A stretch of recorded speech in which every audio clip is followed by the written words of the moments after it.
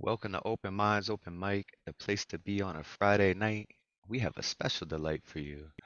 The Chameleon Poetic, Miss Terri Rose Jertson, will be doing a feature. We have an amazing list lineup of open micers as well. I'm going to go ahead and get us started. The little poem that I called Word Stew. I, I will try. Remember that I and only I, the lowercase ego-based I, have control of this mind and these emotions, floating around in disease and potions. Please leave me be to seek. If I lose hope when things get bleak, then tap my shoulder and speak. Preach about how things can be till it seeps into my brain. It seems I'm insane, but I, the lowercase, call just in case, ego, bag of Fritos, free throw miss, and slack jaw wishing I was the I who I know I am. Why can't I stand? What the fuck took out my legs? Why the fuck do I feel the need to shout?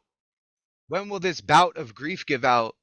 Pulls me to my knees, rips the tears from my eyes, pushes my mind to the lines, shreds my soul to bits to the tune of wind chimes.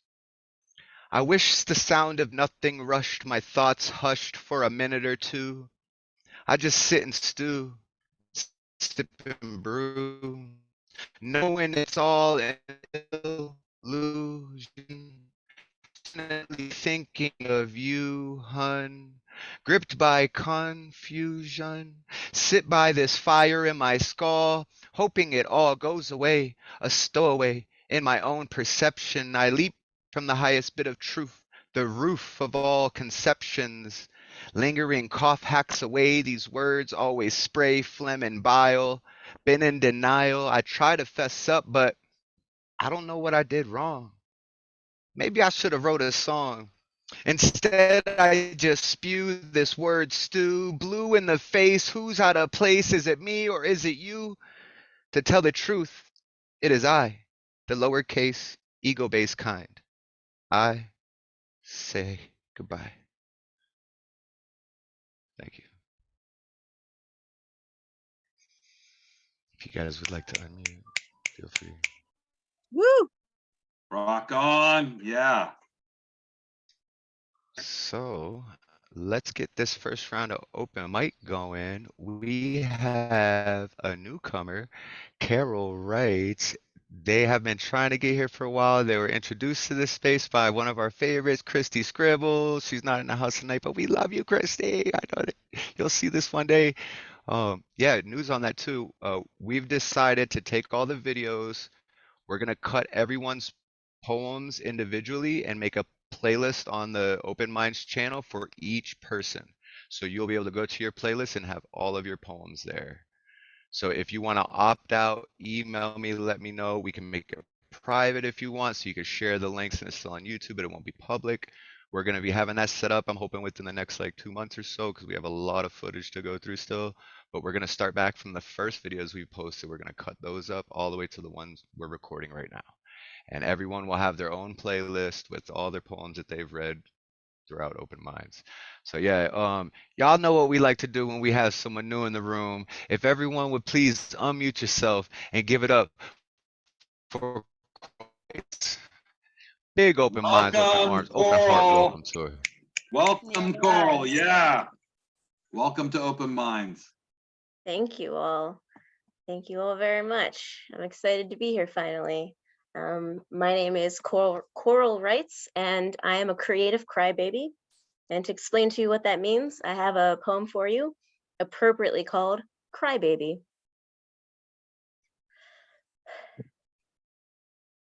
Most people who see me out in the world see me as stoic, as professional. They see me as all the things I've been trained to be in order to survive, to be successful.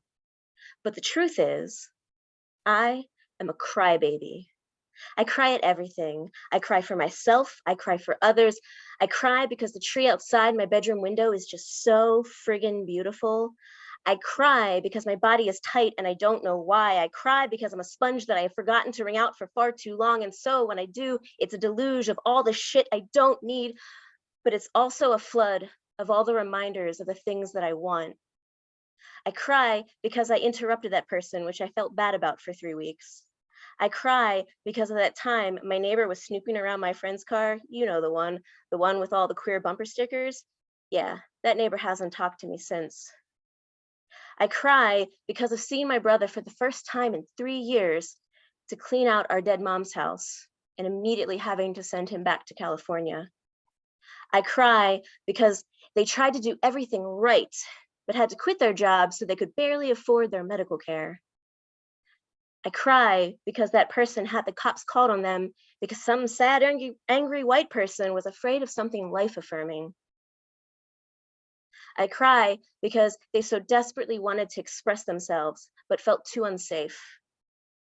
I cry because these are words I will never get to hear. I cry because I feel. I feel like that stream that flows gurgling behind my house, the stream where I laid to rest that starling that killed itself in my attic out of stress. I cry like that stream, washing away all that needs to be acknowledged, but does not need to be held on to. I cry like that stream so I can keep going. I cry because I do take things personally.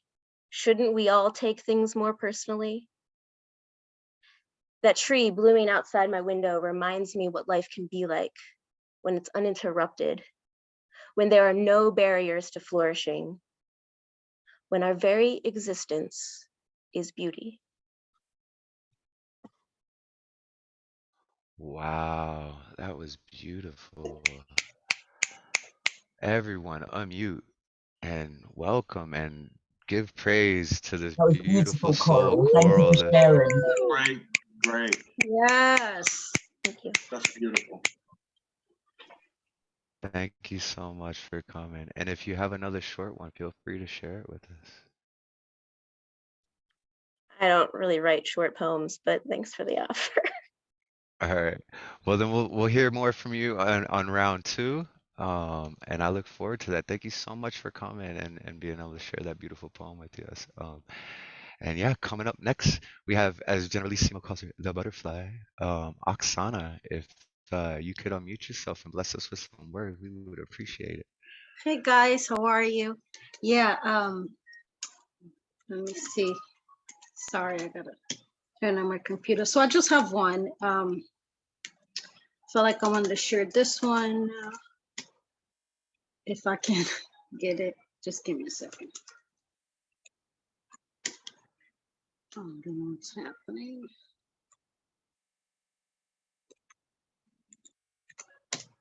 Okay, got it. So this one is called The Sound of Breath.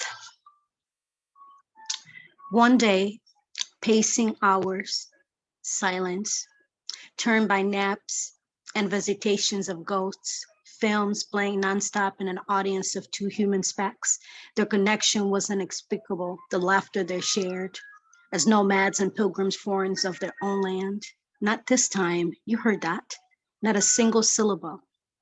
Nothing more than treasuring the presence of another being, mindfully there in their company, as one tethered, as a bird detached from their nest. Mama, nowhere to be found, perhaps hiding somewhere for matters of privacy, candid, harder, in her feathers to be desired, not merely wanted.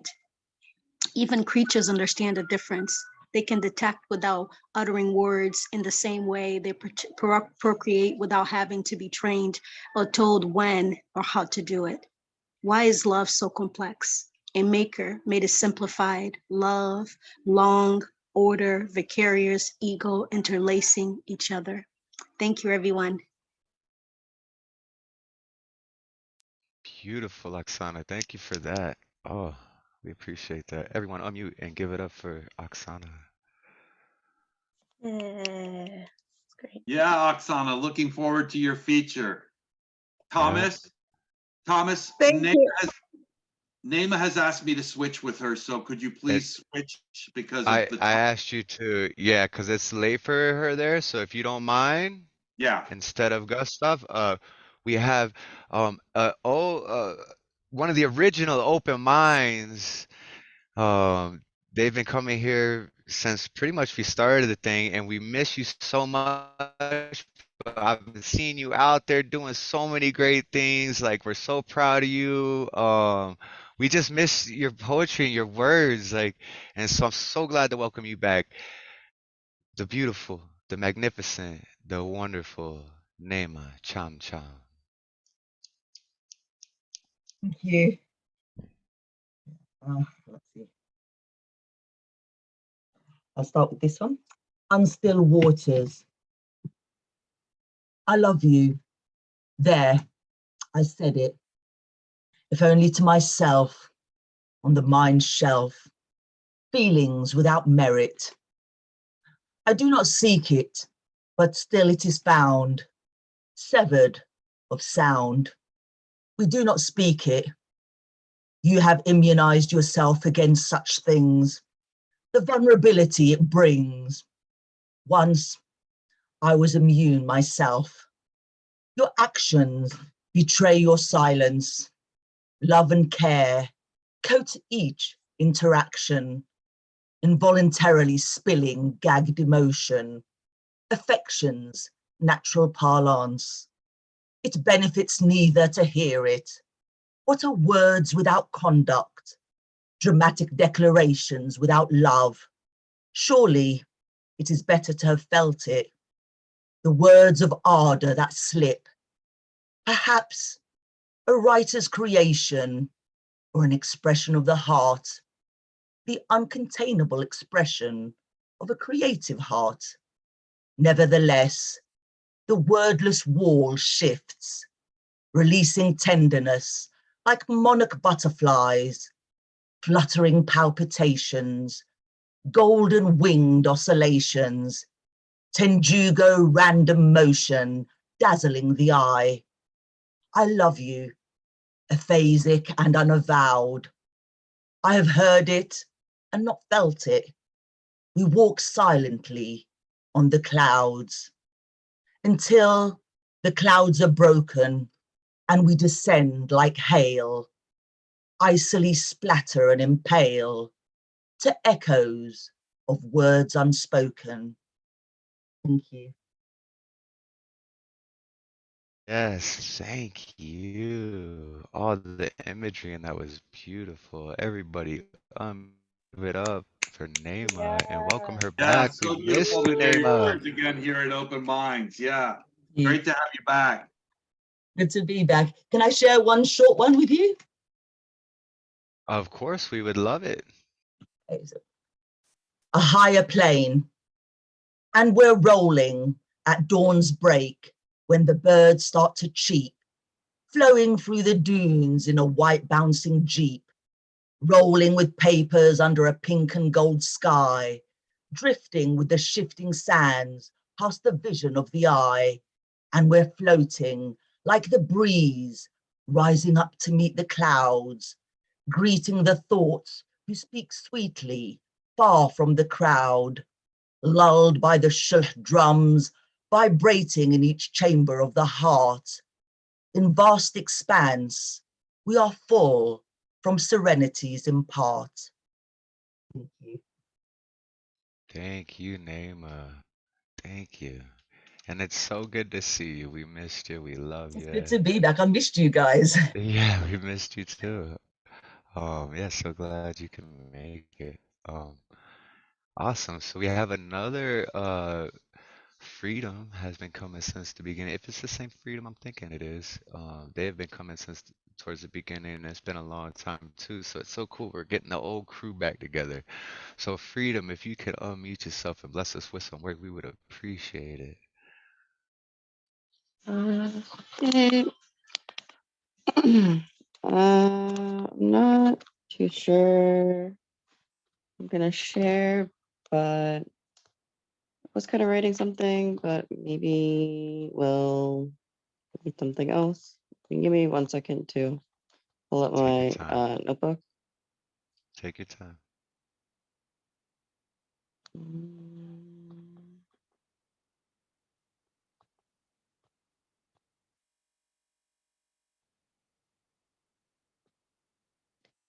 Uh,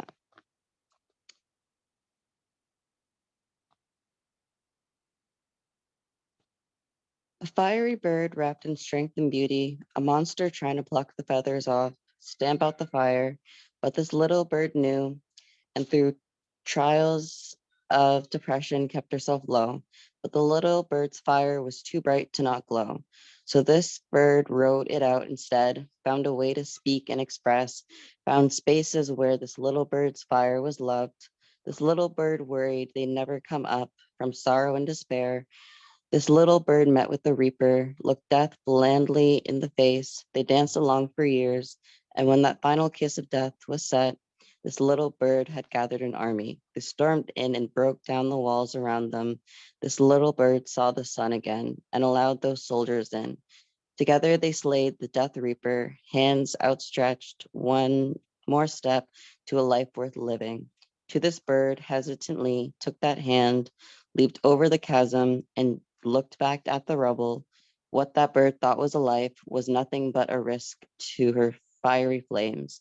The one who wanted to fan them, the one who wanted to fan them away. So this little bird flew off and never looked back. This little bird is freedom, and I now welcome life again. My fire was never stamped out. I am beautiful kindness wrapped in sarcastic sweetness, and nobody can kill this burning in me. Sweet smile that is oh so lovely. I flew away from that place and burned a new path for myself. Oh, little bird, thank you so much for singing us a sweet poem. And I'm so glad that you were able to fly away from all that bullshit, because ain't nobody needs that in their life, right? Everybody unmute yourself and give it up for freedom. Amazing, Yes, thank Yeah, you. freedom. I Yeah. love beautiful, beautiful. Very beautiful, very beautiful. Woo. All right. Yo, this is so far you guys have all been amazing. I'm so excited. We have one more open mic and then we're gonna go to our feature and then we will continue the round one. Yeah, coming up next, we've got my brother Nemo Sum. If you could unmute yourself and bless us with some words, we'd appreciate it.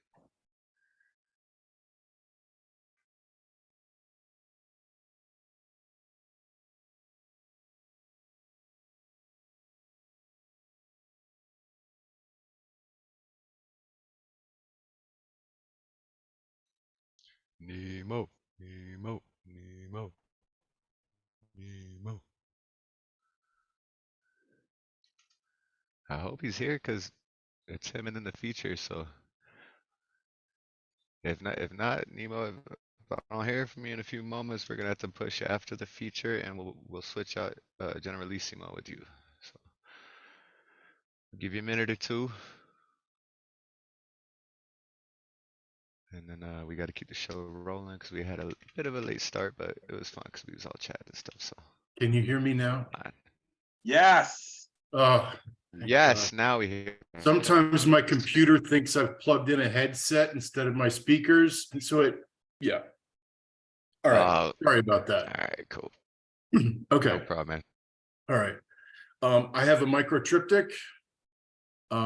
And I was saying it's wonderful to be here. It's something to look forward to on Friday nights. So yeah. Okay, here we go. Micro triptych is 3 thematically connected micropoems. Do you know where the wild things are? I ate them. I went to where they were. They rolled their eyes and gnashed their teeth. I held them down and I devoured them, the wild things. They tasted like scared children and night terrors. I spoke with a clockwork version of you the other night while I slept. I found the clicking and whirring of the mechanism that moved its jaw. I'm sorry, I'm going to need to come back afterwards.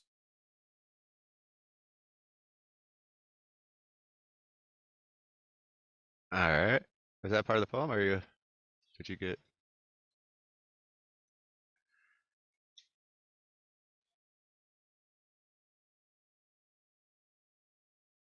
All right, he had to run. We love you, Nemo. I hope everything's okay. And we'll hear you. So, Terri. yeah, let's Do get you know this where the feature wild things going. are? I Yeah. ate them. I was like, I ate, and yes, then he was like, yeah, and then he's like, oh, I yes. have to leave, right? I Like, know. everyone, I Like, don't know They if you may can have come hear us, back and but ate him. unmute. Yeah, that's right. He's like, I'm sorry, I they have to, tasted like like, scared oh, I hope, children. Like, He yeah, found yes. his okay. wild thing. He had to go get his wild So thing. I hope that Nemo's okay, yeah, and I hope the wild things didn't eat him back. But let's all unmute real quick and give it up for Nemo, whether he can hear us or not. Just Woo! Nemo, Nemo. Nemo. Yeah. All right. Now the moment you all have been waiting for, the reason we all gathered here tonight, for the Miss Terri Rose Jertson. She is a wife, a mother, a peer recovery specialist. She began writing poetry in 2020 as therapy and entertainment. She regularly attends a plethora of open mics, including the New Eurekan Poets Cafe, Fincabulary, Tumble Words, BWOMs, about a half a dozen others, and of course, Open Minds Open Mic. Terri has featured on Java Speaks, The Word Is Right, Foomfa Poets and Writers Live, Why Open Pandora's Box, The Forever Seven, and Mitch's Salon poetry events. She was interviewed on Poets with a Purpose on YouTube and Fincabularium on Twitter. Terri was chosen to be one of the artists to read their poems entitled An Ode to the Daisy and Little Bird on the NPR podcast Poetically Yours. She recently published her first Words Never. She also is a contributor in several anthologies, Touching Tongues and American Graveyard. I'll post some more information and links. Without further ado, let's all unmute and give it up for the one, the only, chameleon poetic, Terri Rose Jertson. Terri, yeah. Woo-hoo. Woo! Greetings. Take me to your leader. All right, so I thought I'd start off with this salty poem. Ready? COVID poems. COVID's a jackass. Ninja attacks from behind. Defenseless victims. COVID's a jackass, taking our loved ones away. Unwelcome house guest. Grief's paralyzing sadness. Coming and going in waves. And then this one's not as salty towards the end. It's kind of nice on the end. So I messed up my saltiness, but it's still in the COVID line. Stay a while, listen to my life. Stay a while, hold my place in line. Stay a while, press your heart close enough to mine that they drown out this COVID sound. So that's from the book, Chameleon Chronicles, and it's on page 21. And I have another salty poem. Starting out with salty and ending up with sweet. This is called A Letter to the Skewed Legal System. Dear Skewed, why are you so inclined to rule in the wrong direction? Why do you let people get away with murder? Why do you constantly put innocent Black people in jail, ruining lives forever? How do you justify murdering the wrong people on death row after proving through DNA they were innocent? They were wrongly convicted. In their beds, asleep, walking on the streets. Why do you refuse to see? Oh, the humanity. We do not want your blind justice. Open your eyes. Why Why perpetuate countless Black deaths and finance it all with lies? Why is this America? How is this America? Are we still calling ourselves land of the free and home of the brave?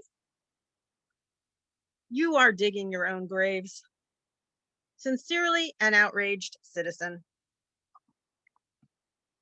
And that's on page 20 of the book. This one is hard to read, but I'm going to read it anyway. List poem words for 2020.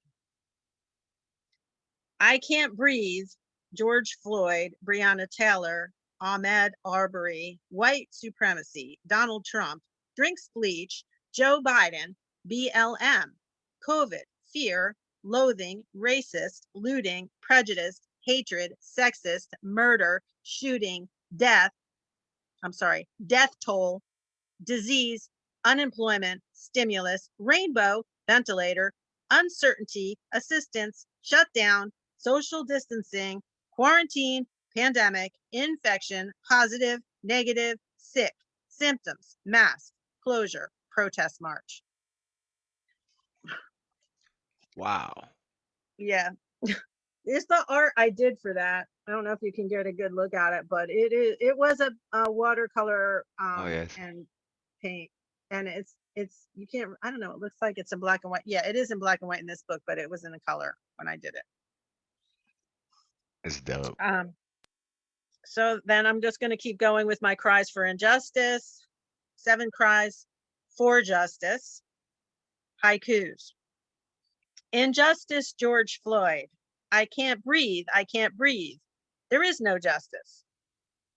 Breonna Taylor. I raise a cry for justice. Her death travesty. Murdered while sleeping. No defense. No protection. Breaking into homes. No Miranda rights. Shoot first, ask questions later. Gunfights, no insights. Children are dying. Just watching a football game. Caught in the crossfire. Death penalty rules. In the wrong place at wrong time. Innocent life gone. Young Black man accused. Life incarceration lie. Wrongly imprisoned. So those are my 7 cries for justice haiku, and that's on page 25 of my book. This one's kind of amusing, and it's called I'm Not a Karen. I have to just go there. I'm sorry, I do have to go there. So many people look at me and think, Karen! It ain't Karen. All right? I'll tell you right now. All right. So this is about my son introducing me to the term Karen. So this is kind of amusing. Okay, it's called I Am Not a Karen. And it's on page 26 of my book. My son tells me, Mom, don't be a Karen. I say, what the heck is that? He says, it's a white lady who complains about everything. Right before this commentary, I got into the story about what happened in the Family Dollar. When I tried to buy a bag of dog food off the shelf, I was informed that I could not buy it. I explained to the girl at the checkout that I had purchased the same bag a week prior, and she said it was not supposed to be there. And I said that I did not understand. And they said it was ringing up to be a penny. And I said I was good with that, but they refused to sell it to me. I could not get over this, but I eventually did.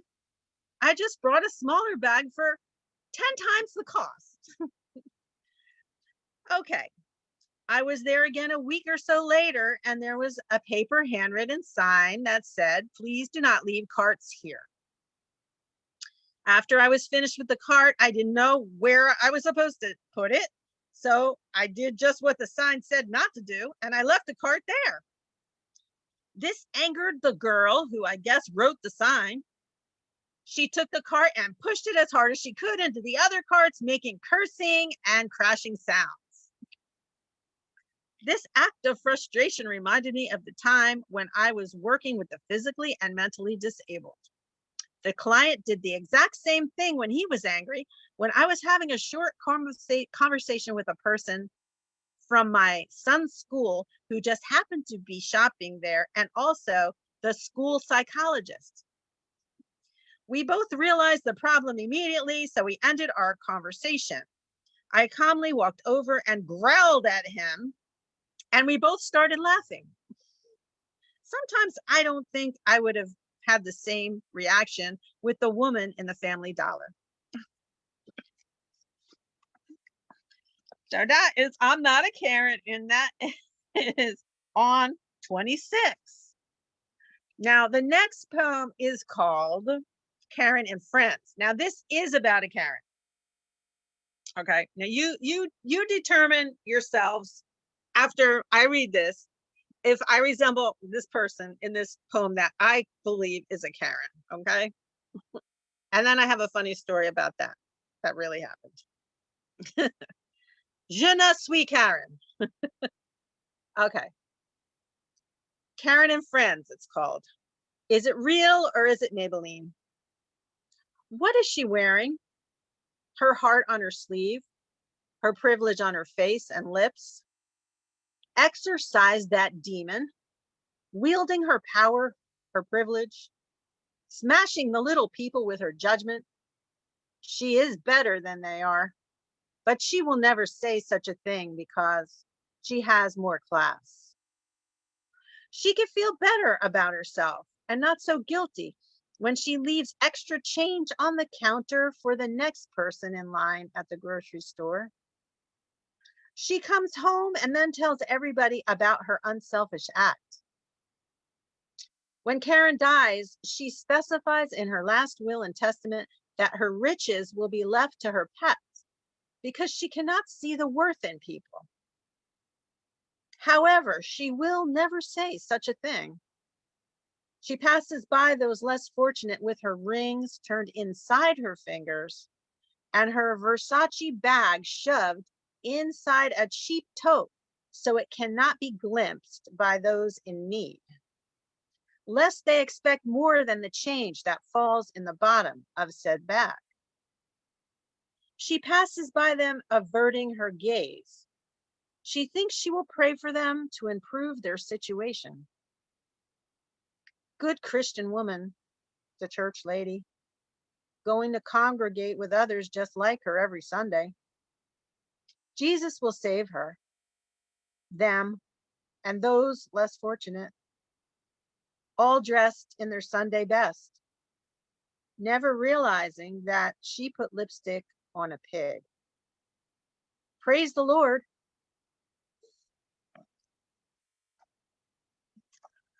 So that's that one. So to me, that's like two different people. I don't know, but I don't know. Definitely. Maybe I'm deluding myself. You're not a No, Karen. you're not. Yeah, Okay. I've you're I've not. hung We out with got you enough to know that you're not a Karen. All right. Trust it. I tend to delude myself sometimes when I can't handle the truth. So yeah. Terri, All right. Yeah, Robert's the Karen here, okay? What's that? What was Let's get that? the I facts didn't straight. catch that because of broken half. What he said, I didn't catch it. He said I still didn't catch it. Robert's Anyway. the Karen. Robert says I am Karen. Oh, you're the Karen. Robert's the Karen Okay, here. so Yeah, he's the Karen. Karen, Yeah. about this, before I move on to the next thing, I was in Atlantic City in the place where they do a lot of poetry events and different events for the community. I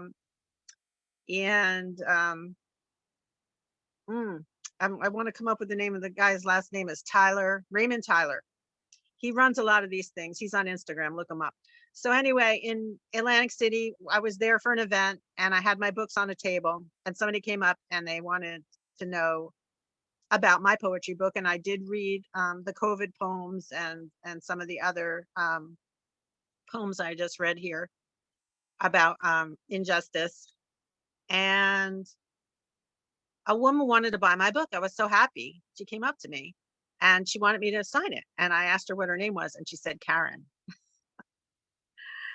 And I was like, I knew about these two poems, but I didn't read them then. And she didn't know they were in there. And I was just like, oh my God, do I tell her? I didn't say anything. I hope You she's not didn't? offended. I don't think she would think they were about her anyway. She just had the unfortunateness of being born into a time when that name can have some kind of derogatory connotation. You know what I mean? She might laugh at it. I mean, if she has a sense to kind of know. It's just, you know, I kind have of, two women in my life that I call mom, and they're both named Karen. So I have my mother, Deborah, whose birthday it is today. And actually, after the feature, if I'll sing her, we could show it to her later. That would be awesome. But yeah, the other two moms in my life are both named Karen, and they are so not Karens. Like, so the whole Karen thing to me never made sense because like the two Karens that I know that I love as my mothers, like, are not the Karen that I people know. talk Why about. did they Like, pick that name? Anyway, okay. So moving on. Okay, this one's called Can I Get a Dollar? And this one's on the next page. Can I get a dollar means, do you have at least a dollar? Because they know you cannot get anything with that dollar anymore. Christ, you can't even go to the dollar store and get anything. Anyway, moving on. Can I get a dollar means, can you help me? Do you see me? Do not walk past acting like you don't. Look at me. In whatever state I'm in, and recognize that this is the human condition, my condition.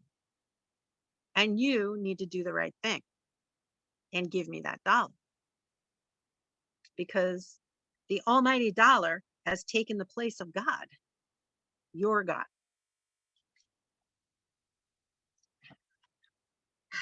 So that's that one.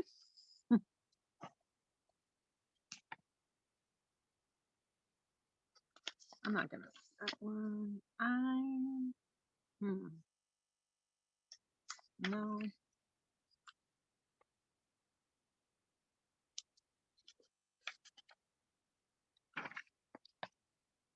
This is an interesting true story where I don't name the people.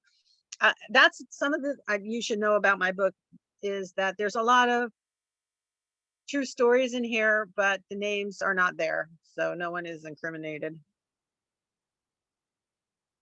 This one's called For My Biggest Heartbreak, and this is on page 35. He said that he was interested in the Holocaust, which was my first red flag. In my mind, there was no relation of that horrific event to him. He accusingly inquired, "Don't you know what my nationality is?" Again, still not following. He was a bunch of things, but not Jewish. He said to me, "You know, I usually only go out with Jewish girls. And I thought you were Jewish when I first met you. But now," pointing to my stomach, pregnant with his baby, as if to say he would be gone if it wasn't for that mistake. I shot him a look that said, "How dare you refer to your child in that hateful, unspoken tone?" Later, he would repeatedly show me in the Old Testament, in the book of Joel, where it speaks about the coming of the Holocaust. It says that the covers are too short for the bed. He would painfully highlight different places with pen where he was convinced that God had foretold this only to him and the Jewish people, the only chosen ones. He said this to me in a demeaning way, as if association would save him. God will have mercy on whom he will have mercy, was his answer. The best thing that ever happened to him, he would never realize.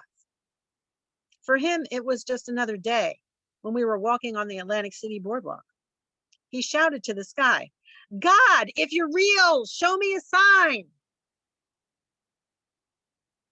And out of the blue, as if to answer him and hitting him in the head, came a small change purse with some coins in it, perhaps symbolizing the 30 pieces of silver paid to the betrayer of Jesus, or perhaps it was a wise old woman in the crowd of people who wanted this lunatic to shut up. Begging the question, was this his sign? Or was this God's way of asking him to put his money where his mouth was? And now it's that piece. Yeah, motherfucker. Yeah. I hope I'm not going to get in trouble for cursing. Oh, 'Cause here? No. there's some Never. cursings in here. There's some mommy and Never. daddy language in here. Yeah. This is open minds. You're free to do whatever and say whatever you want. We are Yeah, I all just, yep, open-minded yeah. adults here. So say whatever the fuck you want to say, however the fuck you All want to right. say Okay. it. Then. All right. Karen. Karen, there's a See, I curse looked when you jar. said that. See that? Every time you curse, you have to put $1 in the curse jar. Oh, there you go. That's how we'll support open minds moving forward. Anyone who curses needs Here's, $1. You gotta cash at me $1 for each curse you use. yeah, I've had a bad experience with Cash App recently, and it's not because uh, of Cash App. It's because of me and my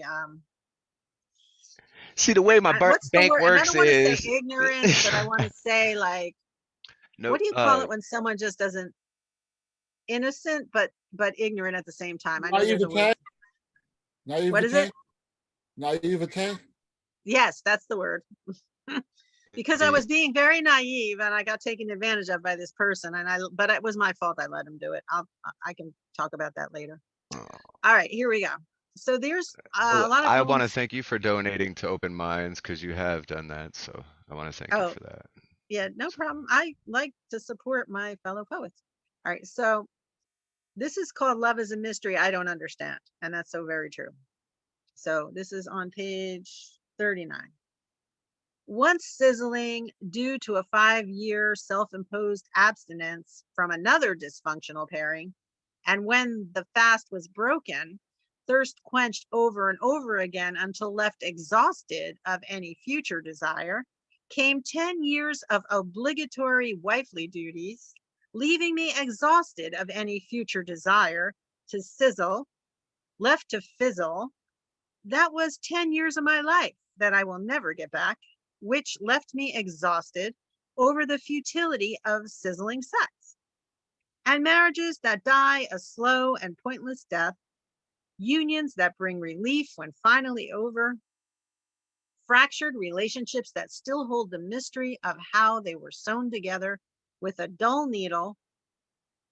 When we last spoke, we both agreed that we failed to answer this impossible question or silence the infinite yearning of brokenheartedness caused by misunderstanding this mysterious thing called love.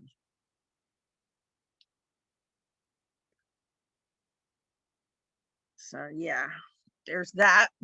Beautiful, beautiful.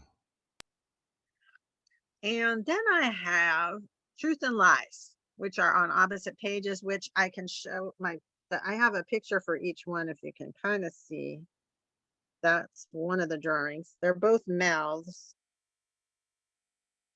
And one of them says zipped lip, and that one's on the truth one. And that will be apparent why that's there after I read this. It's a very short poem. Truth. There's a song that says you have to be true to be kind in the right measure. I really never understood what that meant, because any time in the past when I was true with my words, they were not always kind. In my life, to be kind is to hold your tongue, because people rarely want to hear the truth. That's that piece. And then on the opposite end is lies.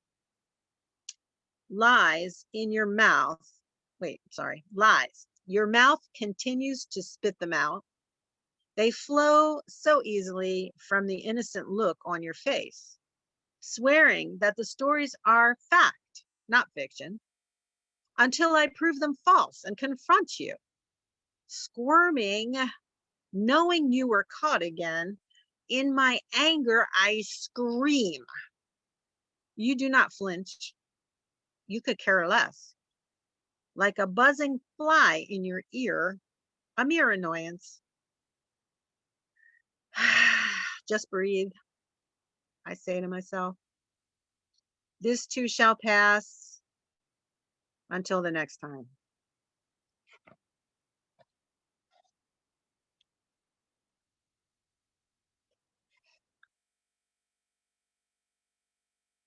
I have a poem in here that's about a love of mine, one of the first loves of mine. And it's called Black Doves, Old Loves, and it's on page 47. Black Doves, and by the way, this poem also is in the New Jersey Bards anthology from last year. So it's in 2 books. And they didn't seem to have a problem, like if I was gonna do that. Black Doves, Old Loves, we went through it. We knew it would be hard. We didn't listen to what the elders said, going against societal norms. We were not yet aware of our oppressors. Galaxies do not conform. We only knew the soul depths of our bodies in that time and place when we held each other's gaze. Only doves love like this. Represent the universal language. Our union released us from our bonds. As we flew past each other waving goodbye, but you never had the chance to say it, what was on your mind. The world did not see your beauty. They were unkind. You grew weary of life and spirited onto heavenly places, soaring in infinite spaces, and me, internally burning fire, scorched white feathers perched in my cage. I dreamt to follow, but was plucked from our story's page. Destined to remain here, but I will search for your presence in every falling star.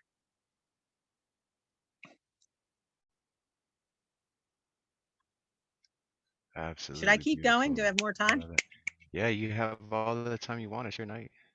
Okay. Because I was going to just read the 2 poems that you mentioned in the beginning, Little Bird and Ode to the Daisy, because I read them on the NPR. So I wanted you guys to hear these 2 pieces. So Little Bird is about my son. Little bird, where are you going after you leave your first home? Will you fly off to start great adventures or remain hidden, refusing to roam? Will you meet your partner for life or will you cower and die alone? No, spreading your wings to rise to astonishing heights. That is my prayer for you every night. Little bird, your mama knew when it was time for you to soar. She gave you that push you didn't ask for.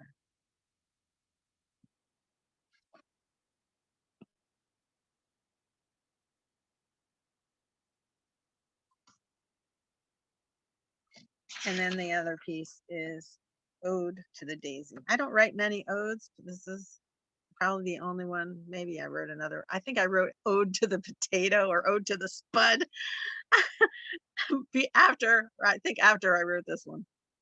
Oh, that's not in this book. I have to do like a comedy book, like a joke poetry book. That's what I need to do. Or puns. That's what Well, they we are, still puns, have our right? Puru book we're coming out with, so. Okay, so this one's not a pun, but this is actually an ode. So Ode to the Daisy. And by the way, I have a photo of daisies that are actually growing in my yard. I have a lot of flowers growing in my yard, so I did take a picture of the daisies. So this is in the book.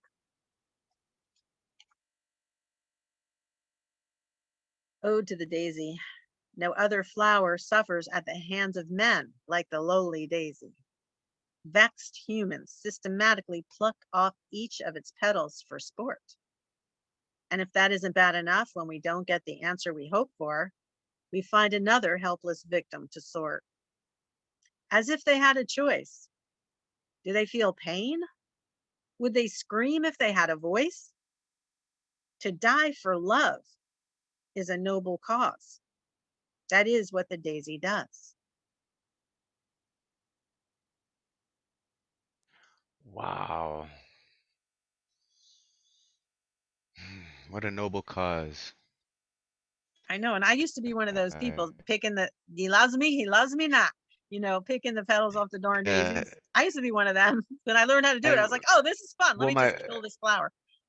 well, my wife just We told don't me know too. She anything when we're says that young. even when we mow grass, they found that plants, as they're being cut down, actually let out a sound. We just can't hear it with our ears. But so as you're mowing the grass, they're screaming as they're being torn apart and ripped up. Like, so plants do make sound and do communicate with each other. And so, yeah, maybe they cry every daisy we pick. It might just shed a tear for love, you know? What a noble sacrifice, though. Um, Yeah, I feel like a brute now that I know that too. 'Cause like yeah. I just paid somebody to cut my grass a couple days ago. Oh, Anyway, the cries of the grass. my Yeah, grass is so crying. do, I don't know if you guys knew, but so do trees. Like Yeah, trees. I, Yep. yeah, they actually, have a scent too to communicate with each other as well. And you can see when they're getting sick and diseased too. So, and I get really sad when like they cut trees. For some reason, I don't like it, but anyway. Yeah. They started to do that here. They Oh, started to cut down all the oldest trees because they were actually coming unrooted and falling on people's houses. And they fell on, like the last Dureco that came through here, they fell on people's cars. I mean, they were falling jeez. everywhere and they were causing a lot of there was like their revenge for cutting them down. Okay, I'm gonna get you now. I'm gonna come Yeah. out of my roots and I'm gonna fall on your damn house, motherfucker. Growing up in So South Florida, all the hurricanes that I've gone through, I've seen many a tree land on people's houses and cars and all that. I'm like, yeah, yes. trees striking back. Like, Yes, trees are back. getting their revenge right Yeah. now. Definitely, So, but definitely. yeah, we actually, they just came around the preservation society or something society of the town came around and started to replant a lot of the trees. So that was good that they started to get on the right track with that. And so I'm going to have a magnolia tree out in the front of my yard once it gets blooming. And I love that plant. And I have a poem about it. And a lot of other people have poems about magnolias too. But should I read that one since I gave it a really good Intro for it. introduction? Yeah. So I'm just going to go right Go there. ahead. And I drew Yeah. a picture of one of the blossoms, but I didn't really, it was just a line drawing, but it gets the idea across. Magnolia trees. This is a little spicy, this poem. On my way home from work, I passed by two magnificent, boy, if I could just speak, two magnificent magnolia trees. They produced the most beautiful, fragrant, and eye-popping blooms. I tried unsuccessfully to grow my own from seed, which was in itself not the easiest process. These days, it brings a sadness knowing that I failed in my attempt. Yet the longing is still there to try again. I am waiting to gather up the courage to knock on the unfamiliar door to inquire about collecting the pinecone like seeds that drop off the branches after the flowers have faded. The intoxicating scent returns me to a time of an old love which was passionately kindled during walks on summer days home to my apartment where mad, uninhibited lovemaking would ensue. As with all other conquests of this nature, this was hard to maintain and ended as abruptly as it began. The fire burned out quickly, but left its mark on me, and the remainder in the wafting essence of the magnolia tree. Beautiful. That poem and this poem, like Living Like a Tree, these two poems are in this other book, also another anthology called Whispering Willows, and it's from the Arbor Tree Foundation. So they get proceeds for the Arbor Foundation when you buy that book, and you can get it on Amazon. It's called Whispering Willows. Also, this is the other poem that's in that book called Living Like a Tree. My hands always busy, my mind always working, my body always moving, no time to rest. Have to keep moving. Death will come in its time now. More sooner than later, resting is for the dead. I will push on. I won't lay down and die. My will is stronger. Yes, a strong will should get me through this life despite its troubles. I will be planted and strong like this tree, forever bending with the gales, storms, hurricanes of the world. I will not topple. I will flex, almost to break, but not breaking. Leaves will fall, branches may shed, but the purpose is to stand tall as a testimony to those that were cut down. Amazing. I love that. Stand tall as a testimony. Oh. Terry, thank you so much for this feature. You know, I just absolutely love you. I'm so glad that you agreed to do this. Wonderful poem. Y'all make sure you guys buy her book, buy all the anthologies she's been in, especially the Whispering Willows one, because that'll be, you know, go back out to plant trees, and buy her book personally, because that'll go to plant trees in her house, in her garden, and her flowers. So yeah, Place, definitely Yeah. place support for Terry. Violet. Buy fertilizer for my garden. Place for Yeah, Violet to enjoy. exactly. Let's take you and just give praise to the wonderful Terry Rose. Yeah. Thank you, everybody. Terry, yeah, fantastic set. I mean, thank you so much. I just accidentally muted myself. Thank you so much, Terry, for that set. Yeah, and we're probably gonna want an encore coming up in round two at some point. So stay tuned to hear more from Terry Rose. But we're gonna keep this thing rolling. We're gonna continue on round one. I'll post a list here. We got Generalissimo coming up, but I was actually inspired. Oh, Elemental had a dip. So take him off that list. But yeah, that's the list of the people coming up. Minus Elemental. Um, you inspired me kind of with one of the salty ones you read in the beginning, where you said like, you know, he despite DNA evidence was still sentenced to a life imprisonment. And when I was 14, 25 years ago, whatever it's been, I seen this case trial where this guy was, he served 35 years in prison, had a life imprisonment. 35 years later, DNA evidence exonerated him after spending 35 years in prison for a murder that he never did. And I was just so moved as a young teenager by that, where, you know, your whole life can just disappear because of the color of your skin. And it just outraged me. And so my 14-year-old little brain came up with this poem, and it was one of the first poems that I've ever wrote. I think it's actually what inspired me to write poetry. And so I just kind of wanted to share that with you guys, especially because we just came across the 3-year anniversary of George Floyd passing, and this poem, sadly enough, 25 years later, is still relevant. So yeah, it's called Officer Please. Excuse me, officer, please. Can you lift me from my knees? Take the cold steel shackles off my hands. I'm a human too. Stop feeding me these commands. Now try, really fucking try to look me in my eyes. Can you not see the pain I hide? The innocence leaking from my pores? Or are you blinded by the corruption and brutality that has owned many lives before?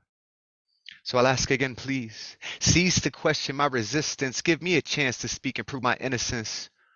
Or are your superior ears too good to hear my cries? Or maybe it's just me, muzzled by stereotypes and corrupted lies based on people who live life like mine. So I'll ask you, officer, one more time. Please delete my guilty image from your mind. Thank y'all. Yeah, and it's crazy how that's still relevant 25 years. Like, I hope in 25 years in the future that things like that won't happen anymore. So, yeah. All right, so we're gonna go ahead and continue on with round one, and we've got the magnificent Generalissimo. If you could unmute yourself and bless us with some words, we would appreciate it. Okay, the first poem is the poem that I have in the Whispering Willows anthology. It's called Ode to a Magnolia. O grand magnolia, I stand beneath you this Alabama spring evening. I reach high amongst your tangled branches toward one of your many giant flowers. I pull off a single velvety petal press it to my nose, inhale intoxicating aroma. My head becomes light, I feel woozy. I believe you were created for the benefit of couples in love who walk hand in hand on nights like tonight. The rain has just stopped. The atmosphere is steamy, heavy. The air is slightly cool. Your perfume drugs air. Such couples breathe, renders their sensibilities senseless with romance. They kiss passionately in a public place when they might not have in another situation.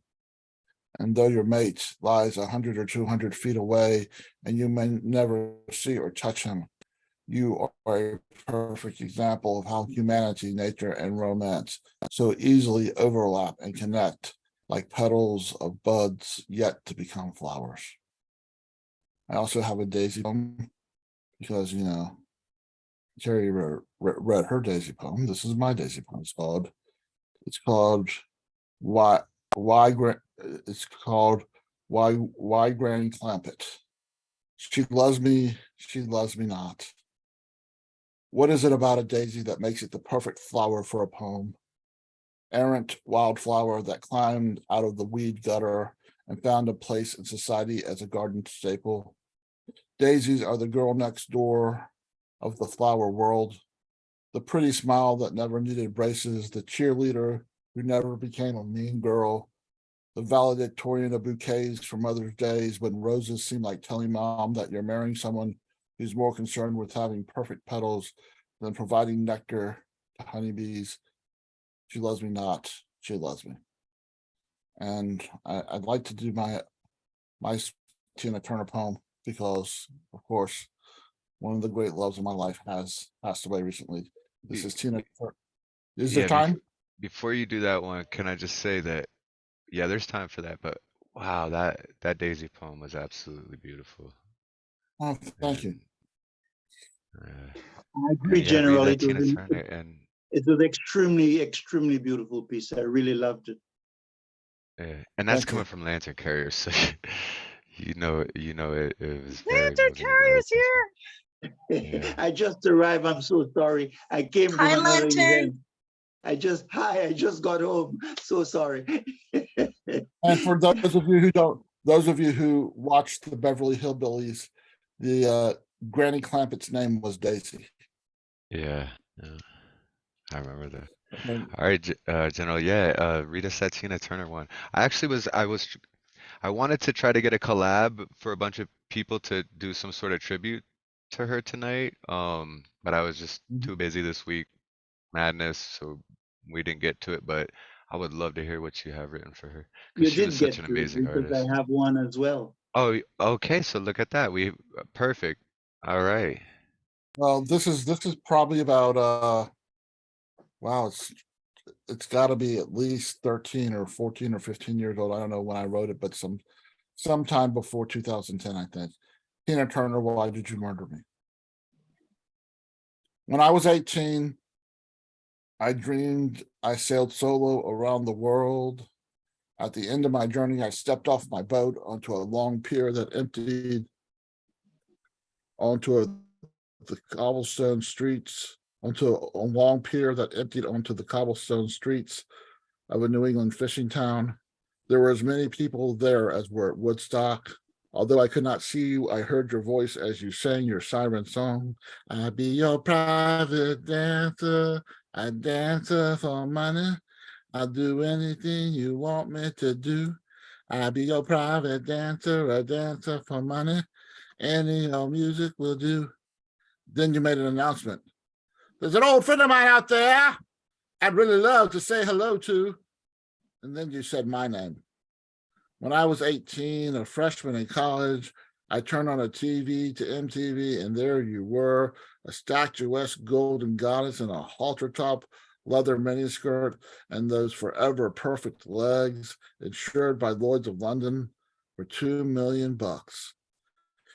You sang Let's Stay Together and converted the Reverend Al Green's anthem of true love and intimacy into an orgy of sensuality and lust.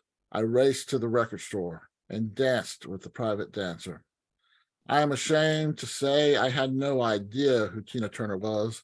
I didn't know you were a rock and roll and soul music icon. Yes, I became slightly obsessed with Tina Turner.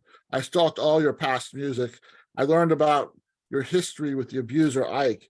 When you sang for him, you sang with such soul and passion, your voice literally pierced the soul of anyone who listened. I had to get everything you made on day of release. I memorized all the words to all the songs. You were the one concert I wanted to see, pushing aside Billy Joel, Bruce Springsteen, and God help me, even Stevie Wonder. And nowadays, whenever I dance with the private dancer, break every rule, engage in a foreign affair, even go all the way down to the Thunderdome 24/7 and in my wildest dreams, I still remember the words. And I remember that dream I had when I was 18. You called my name from the stage. I was lifted high in the air by members of the crowd, passed along their palms on my back, and placed gently feet first on the stage. Behind me was a microphone. In front of me was Tina Turner. You reached out and gave me a deep, tight hug. My chin touched your bare shoulder. You leaned into the microphone and said, "I'm so glad you can make it, honey. I wrote a song for you, baby, and I'm going to sing it to the world." As you released the hug, the reality of this fantasy came true, gave me a heart attack. Of course, I woke before I hit the ground. Thank you. Wow, everyone unmute and give it up for Generalissimo. Woo! And I'm today having is, private dancer. yes, and today is the 26th. You have until the 29th to vote for my poem, which I just put into the chat with the link. And if you copy this whole, cut and paste this whole thing and put it onto your Facebook page or share it with your friends, more people can vote for me. But thank you so much, Thomas. This is always such a great place. And oh, No Teresa, problem, Brian. And I will post this so happy. on the I'm Instagram so tonight. happy. Definitely. I'm so happy to know you, and I am so happy to be exposed to your words and your humanity and just the love that you give everybody. You're a wonderful human being. Yeah, you truly are.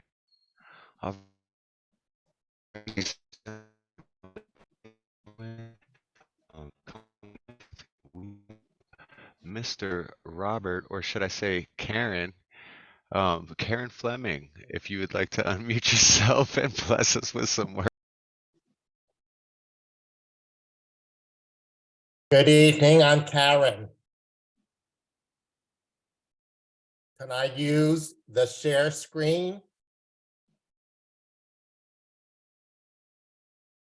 Is it allowed? Am I asking too much? No, Karen, I got you, Karen. I just made you co-host. You should be able to share your screen now, Karen, okay? Calm down, Karen. Karen be sharing. We got you. Thank you. I always calm down with a Diet Pepsi. So I'm currently preparing for a submission for a theme on fascism. And I'm in the process of finalizing some of my graphic images, but I'm going to show some of them and ask you to vote. So there's going to be some participation. The name of the issue is called Fuck Florida, and it's about the rise of fascism in the United States. So let's all start off by unmuting together and say Fuck Florida. Hey, I come from Florida, Oh, but I'm living in yeah. Alberta now, Fuck so Florida.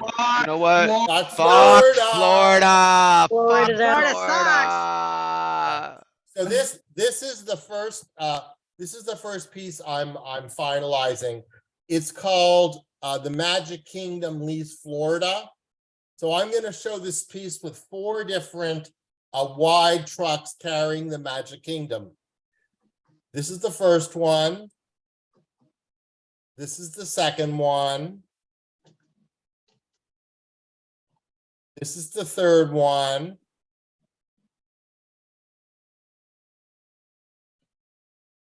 This is So what I want people to do is to either just scream out the number of the Y truck, which they think has the best image of carrying the Magic Kingdom, and either scream it out or put it in the chat. I think 3, and I'll tell you why I think 3. For one, the castle looks like it's sitting on there the best, and then behind it is like all the magic, right? Like it's covered behind it still. So it's like it's the Magic Kingdom, and then behind it there's some stuff there packed away. So I think 3, but that's just my opinion. I believe Any 3 other too. comment? 3, 3. absolutely, I agree. I'm gonna go with Trace as well. 3. Okay. Let me Yeah, go I on think to the 3 is the second magic piece, number there. which I'm finalizing. This piece was inspired by the novel Animal Farm by George Orwell. And I have 2 choices I'm working on. The text is all animals are equal, but some animals are more equal than others. The two things which I'm working on is which pig I should use in the bottom. So this is the pink pig in the bottom. This is the black pig. And this is the muddy pig. And these are the 3 pig options. I think once again, Tres is your answer. The muddy pig laying there in the because Yeah, muddy pig, I go Yeah. for 3. I'd Yeah, say for 3 3. also. I Muddy like pig is number 1 interesting. pig. Yeah, People but like the muddy. number 1 pig in the barn, or do you like number 1 pig without the barn, Terry? Because I see what you're saying, Terry, but he's kind of hidden in the barn. He doesn't feel as visible. So that's the whole thing, is he's really visible, but I think he looks a little too mean. And I just like him because he's just totally fucked. Yeah, and so the Yeah, way I maybe that one does look better in there. too Yeah, is you're that right. some are more equal than others, right? Some Americans are more equal, and that to me is like really captures it. Like this pig is less equal than the other pigs. It kind of captures that message that you're trying to put out there, I think. Probably, he probably works in Iowa in the pork industry, cutting up pigs, for 18 hours a day, because he's an underage pig from Mexico. Thank you. My last question is, if you'll notice from this current image, there is no blue in the image. And I wanted to add blue because then I would have all of the colors in the American flag. So there's 2 choices. This is the choice where the text has blue. And this is the choice where the background is blue. And these are the 2 choices. Text. Text for sure. Number 2, the text. I like the background, but I also think what might be interesting would be to see what the little window up top would Well, look like. that's what I was thinking too. Almost like have the blue be the soffit and the window, and Yeah, maybe even Or the exactly. the bar. little flag in the window. Yeah. I think it needs to have a flag either on the Oh, post. she's right. Or yeah, the flag coming up The off the flag top of needs the to be in there roof. somewhere. Yeah. Behind the Or pig, maybe, or you in could the window. have DeSantis's face in the window. Peeking out. Put DeSantis looking out the window and have like a flag on the rooftop. Perfect. Well, I actually have another series where I make fun of DeSantis, but I've I've seen made that. all of my choices for that. Megas has a wonderful poem about DeSantis. Yeah. So people prefer the text to the background. Okay, I'll go with that. And I'll just show you a few of the images I did of DeSantis. The pieces for DeSantis were inspired by art by Salvador Dali. This is called Galatea of the Spheres, and by art by Andy Warhol. This is his Marilyn Monroe sequence.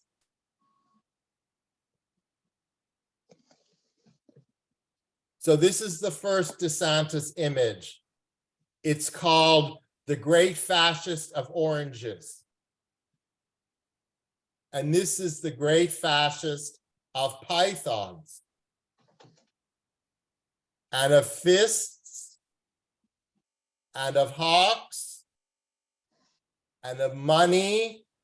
And then this is similar to what Warhol did, putting the four images into one.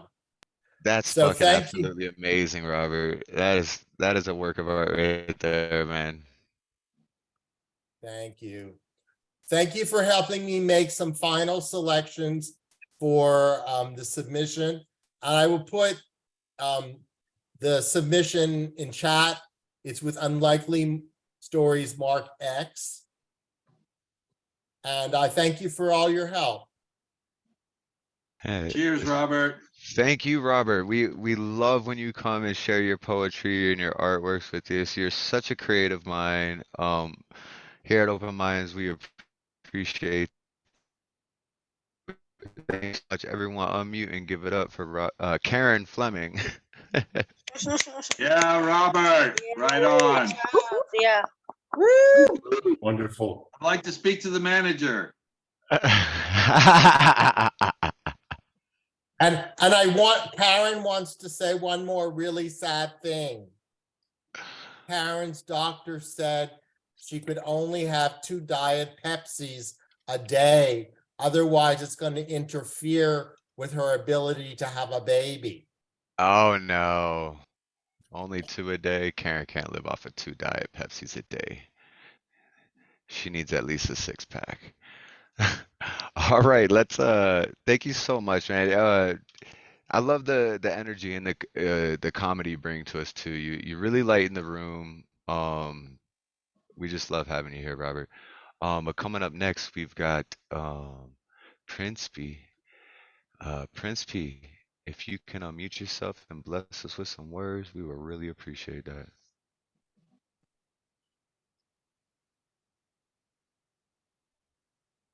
Well, this is my poem called "It's Me, Hi, I'm the Problem, It's Me."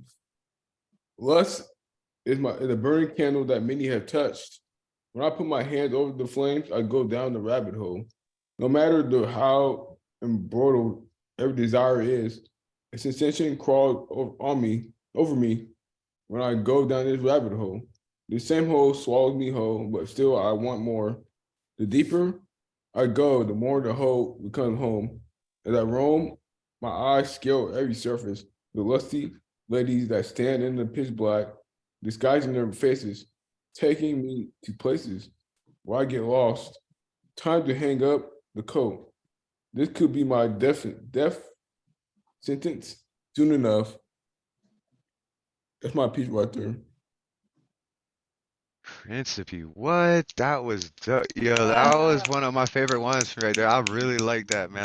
I've watched you grow over the last few months, and like that piece was deep, man. That was beautiful. Thank you. Amazing. Everybody on mute and give it up for Principe. Principe, yeah. Come on, Really yeah. felt that one. I go down the rabbit hole. The deeper I go, the more the hole becomes home. Very Right? brilliant. Yeah. Brilliant. Absolutely brilliant. That rhyme was fire. Keep doing what you're doing. Love it. All right. Coming up next, we've got an Open Minds mainstay, and I actually told this because him, we chat all the time, and he's been here since the beginning. I don't think he's ever missed a Friday. In fact, I missed a Friday where he co-hosted, so he's been here more times than I have. Yeah, we got, and he was so generous and gave his spot to Nayma because she's over in London, and it was like 2 a.m. and he's like, I'll go later. Like, so uh I just want to thank you for really being the space that we've created for everyone, and for really being that not only just here but at New York, and every mic that you bless. You're like the king of collabs now. You've got so many collabs, it's insane. Like, I love and respect everything you do as a poet, and as so yeah, Megas, if you could unmute yourself and bless us with some. Okay, thank you. Thank you, Thomas, so much for this space. It is awesome to be here. Robert Fleming changed my mind about my set. I totally redid my set. I am going to do the DeSantis trilogy for you. This first poem is called Retrograde Ron. Let me tell you a little bit about Ron DeSantis and his retrograde views. Some of you know, to others this will be news. He's old school like the 1860s, racist as fuck, bans books and thoughts. Man, does he suck. Ron's anti-vax and anti-science to boot. To those who oppose him, he's a real brute. Just ask Disney what he did with Don't Say Gay. He must never be president. This I pray. His fascist views are regressive, domineering, autocratic, and repressive. Want to move forward to the future? We can't with Ron, the Trumpist ass smoocher. So heed my words and don't buy the media hype. Ron's a fucking brown shirt gutter snipe. Not fit to lead this country, my friends. So stand against DeSantis, because this fight never ends. This poem is called Ron's Palinode. A palinode is an ode in which the writer retracts a view or sentiment expressed in an earlier poem. I once wrote a poem comparing W. Bush to Satan. Though he's a smirking war criminal, now it's not him I'm hating.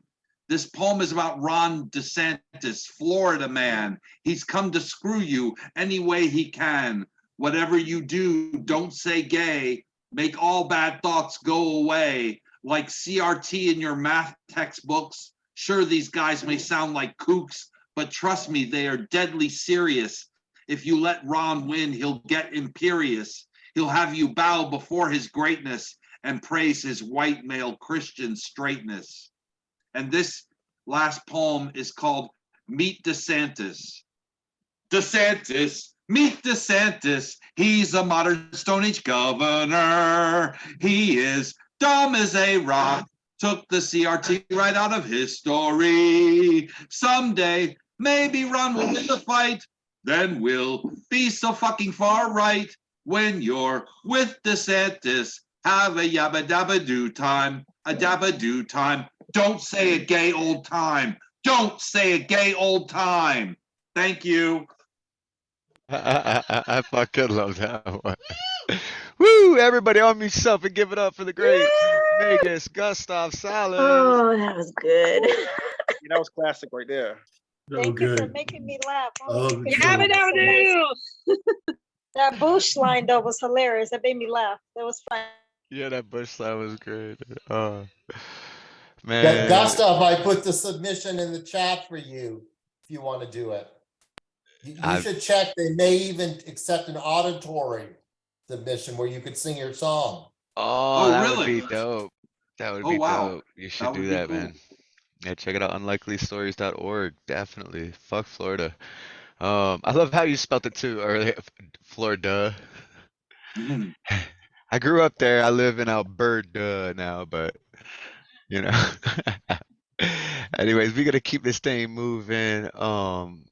Coming up next, who do we have?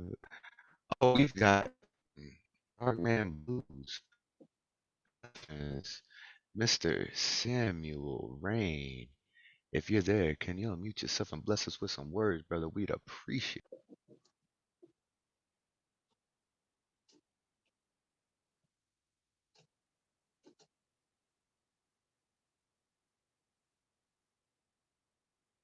I know this is about time he's cooking dinner, so I'm hoping that he knows it's his time. If not, we can yeah, we'll circle back. We'll give him a few moments here. Samuel, if you are there, my brother. let us know. If not, we're gonna circle back to you.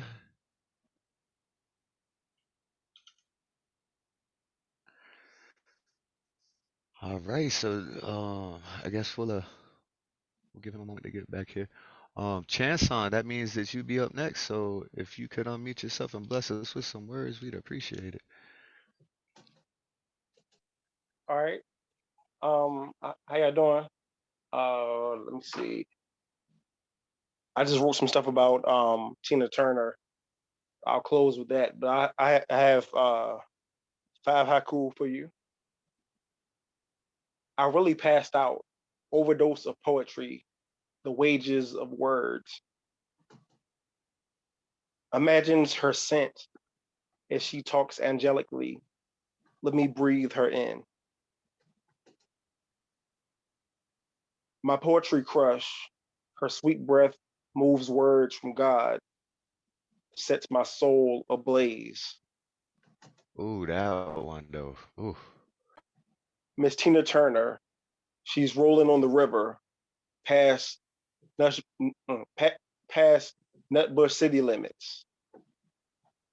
Queen of rock and roll is talking to Proud Mary about King Jesus. Thank you. Yeah, Chanson. So dope, man. And like 3 Fridays from now, June 16th, Chanson will be our feature. The king of haikus. He's trying to break the haiku world record. Um, so give us a little update on that. What number you at now? I'm at 3348, 3,340. 33, 40, Yeah. 48 haikus. Yep. So June 16th, y'all show up and you're gonna get a head full of haikus. I mean, he's got over 3,300 of them.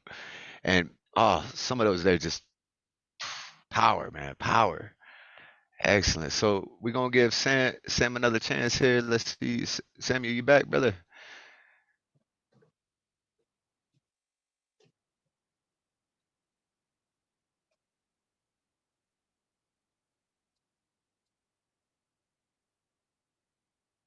All right. Dinner around this time. So good. Listening and mixing up some delicious food and whatnot. So we're gonna go ahead and bump them down one more time, and we're gonna carry on the mic. Coming up next, we have the carrier of light. This man is a spiritual inspiration, a poetic inspiration to all of us. And yeah, you all know him as Lantern Carrier. If you can unmute yourself and bless us with some words, we would appreciate it, brother. Thank you, my brother. No Farewell, a tribute to Tina Turner. Nam yo ho renge kyo. Nam yo ho renge kyo. Although you may weep now that I am gone, I am neither dead nor sleeping. On the Elysian wheel of time I travel to the soul sacred bliss of another illustrious realm. No farewell, for if you listen closely, you will hear the songbearers' melodies and the bouquets of flowers paying homage to my songs and music. The moon and stars will dance like I used to with gusto, even as love welcomes me in the golden shows of the unknowable. Let us listen to the hummingbirds as they recite psalms for my benevolence. See the swans glide to my stateliness and charm. For a spirit I affected everyone. My vibrancy and zest, nothing but love's conduit to express itself, even as you do. Let the fragrant jasmines rejoice, sunflowers unfold to your weeping, carrying your tears to the New Jerusalem. For the roses too have their stories to tell, even as those who listened to my enthralling rhythms stepped into my shoes of adversity's delight. Do not mourn, For we all children of light, and you will joyfully awake in your regal chambers when your turn arrives, a boon from the Master's blessings. Nurture and give praise to children like I did, loving me by teaching them the ways of the Tao so that they glow. See the fawns roam and the fauna touch your souls in splendor. Listen while the bugles blow and the trumpets call, and know that in time, dear ones shedding tears will be comforted. Dance with shooting stars, carry the glories of love to paradise. Give praise and adulation for the majestic grandeur of God. Although you may mourn the loss of my sassiness and persona, evoke my soulfulness and charisma with poignant funeral songs. Lament the heroes and heroines you have lost. The beloved has brought grace and mercy to their souls, born out of a spirit of sacrifice and fortitude, resilience and concern.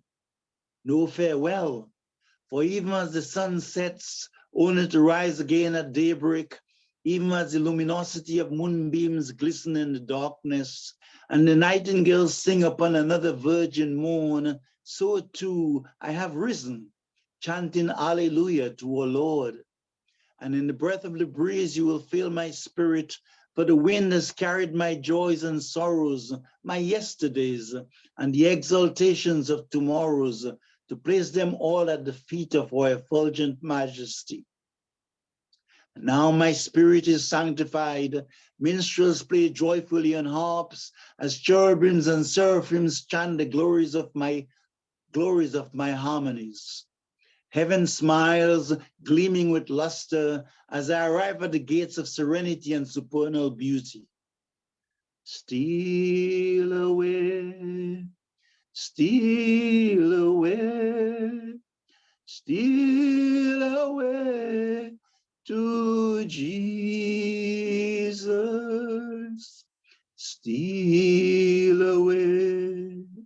Steal away home, steal away to Jesus.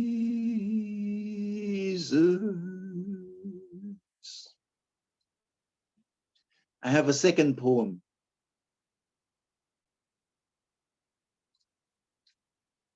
Reflections of an American Soldier, Memorial Day.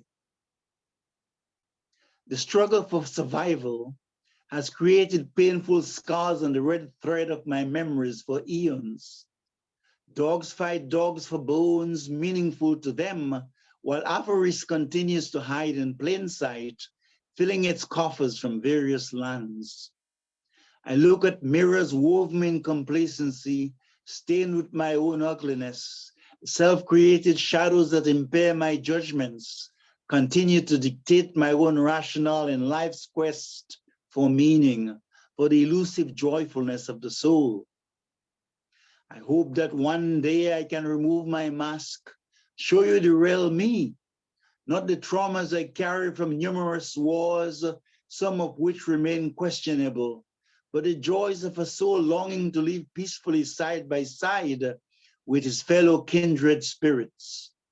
I hope that one day you will know how proud I am of the colors of red, white, and blue, flying in a landscape of beauty, surrounded by a pageantry of breathtaking sunsets, a precursor to the awakening of another radiant sunrise. I hope that one day I can share not only the immaculate pageantry of the military parades of memories, but the wounds inflicted on both sides, with some paying a heavy price, either for being in the wrong place or in having a distinct color, assets, or viewpoints from my own.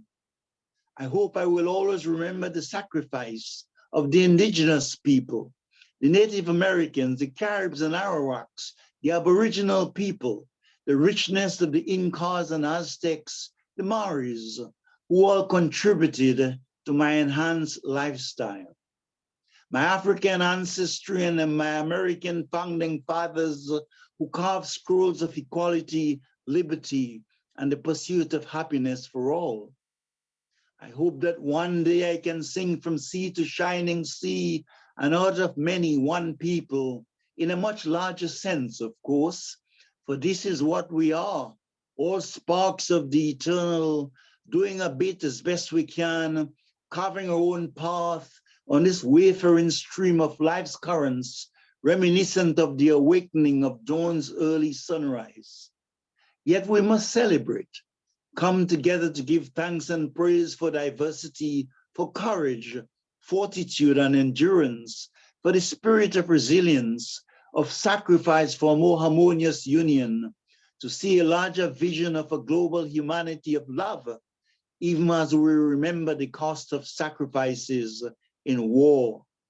Let us build as best we can to celebrate, for it is good to have heroes, a Washington, Jefferson, a Maya Angelou, Harriet Tubman, indeed our ancestors themselves, pioneers who carved the path before us with the seeds of exemplary ideals of sacrifice and unbounded love. The beloved is merciful, and her compassion reigns upon us even in the invisible. On this Memorial Day, as we commemorate those who died in struggle, let us also look forward to the vision of tomorrow's glorious dawn of love and the coming of a oneness kingdom here on earth as there is in paradise. May the blue light of infinity bless us. May the red strands of the immortal grant us peace. Lantern Carrier, thank you. Wow. That should be like Woo. the theme song of the world we're trying to create, right? Like you just said it so gracefully, and yeah, I hope that vision comes to light.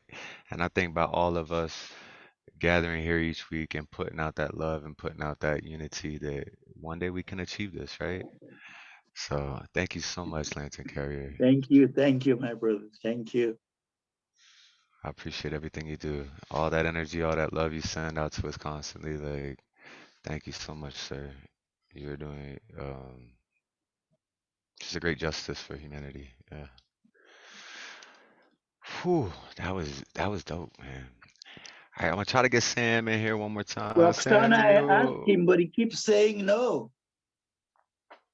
Oh, I was wondering if he, our guru and amazing legend, has he featured with open minds? Because he's just, I can't have enough of him. It's just Yeah, hearing him.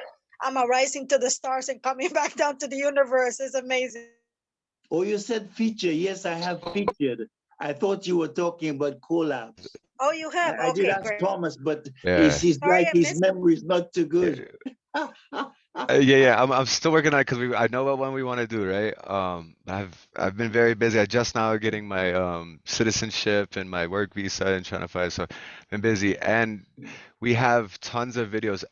Just so happens the last video that we stopped on the upload was the Lantern Carrier feature. So we're going to release all of the features first in this, and then we're gonna break down everyone's individual poems and have their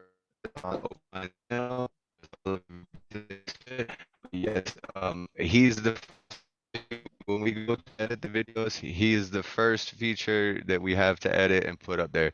So expect that soon. My nephew's gonna help us out. Just gonna we got like 40 videos or something that we have to chop all up and put into playlists and upload it for everybody. But yes, he had an amazing feature.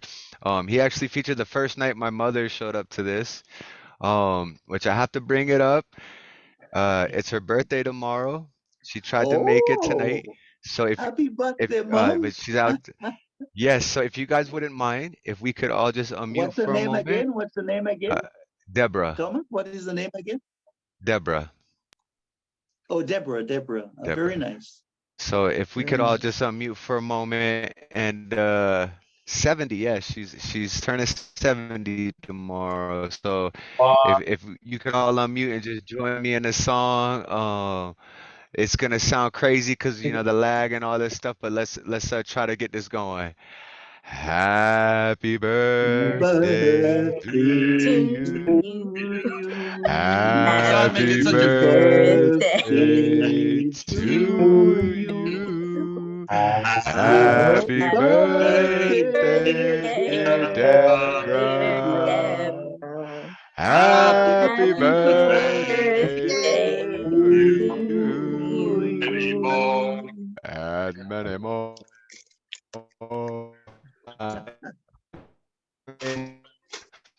We'll send you this tomorrow, and she'll just love it, man. I appreciate y'all indulging in that for me and my mom. Yeah, we love you guys.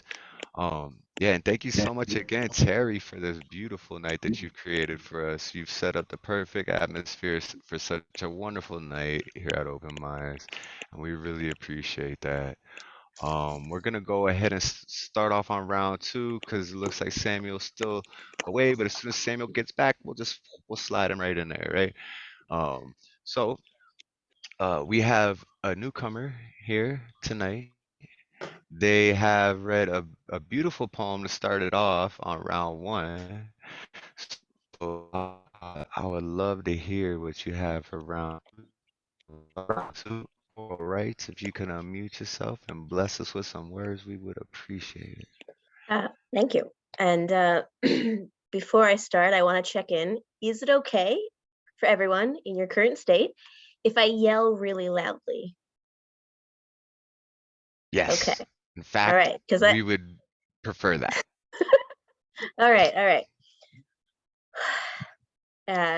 This is called Cicada with a Cause.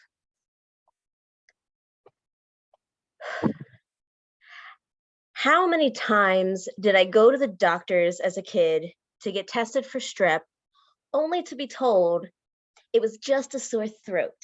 The remedy, gargle salt water. Nobody bothered to question why I had so many sore throats to begin with. I was holding it all inside.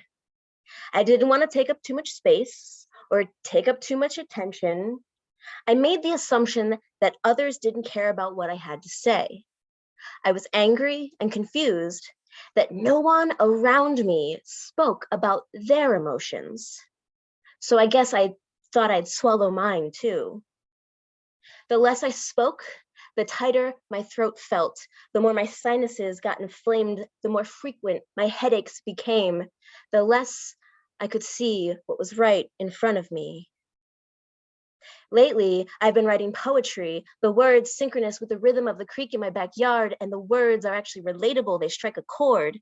The words actually help people connect with their own feelings, they help people move forward.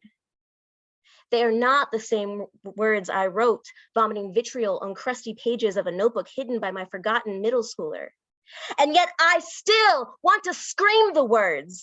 I want to berate people with my intensity. I want for them to feel more than they've ever felt before. I want for them to not be able to ignore themselves.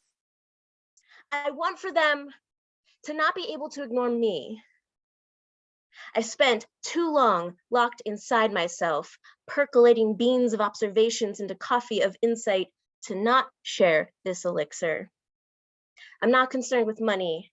I am concerned with making a mark. Merely writing the words is not enough. I must speak animation into the life I never lived. Screaming at myself isn't enough. It's all I've ever done. I want for you to hear me. I want for you to hear yourself. I don't want you to ignore what must be faced, like every human in my life as a kid. Never acknowledged, never expressed, never confronted, and certainly never held. I want to scream like a cicada right outside your window. You'll either hate me or you'll realize it's the summer of your life and you'll sing with me. Yeah, feeling fucking hurts sometimes, but I'm a sadist with a cause, so trust that I won't leave you there, a puddle of your own neglected despair. I'll walk with you, like no one ever did for me. Wow. Coral, right. Welcome to Open Mind. Scream. We all want to hear it. You will never be ignored in this space. Thank you so much for coming through and sharing those beautiful Woo! pieces with us. Everyone, unmute yourself and give it up for Coral Rights. Yeah, delightful to be yelled at by you. Yeah, right One on. of us. Woo! One of us. One of One us. of us. Damn. Thank you all very much for the very inviting and welcoming first time. I appreciate you all. Well, we appreciate you and everything you do. That was amazing.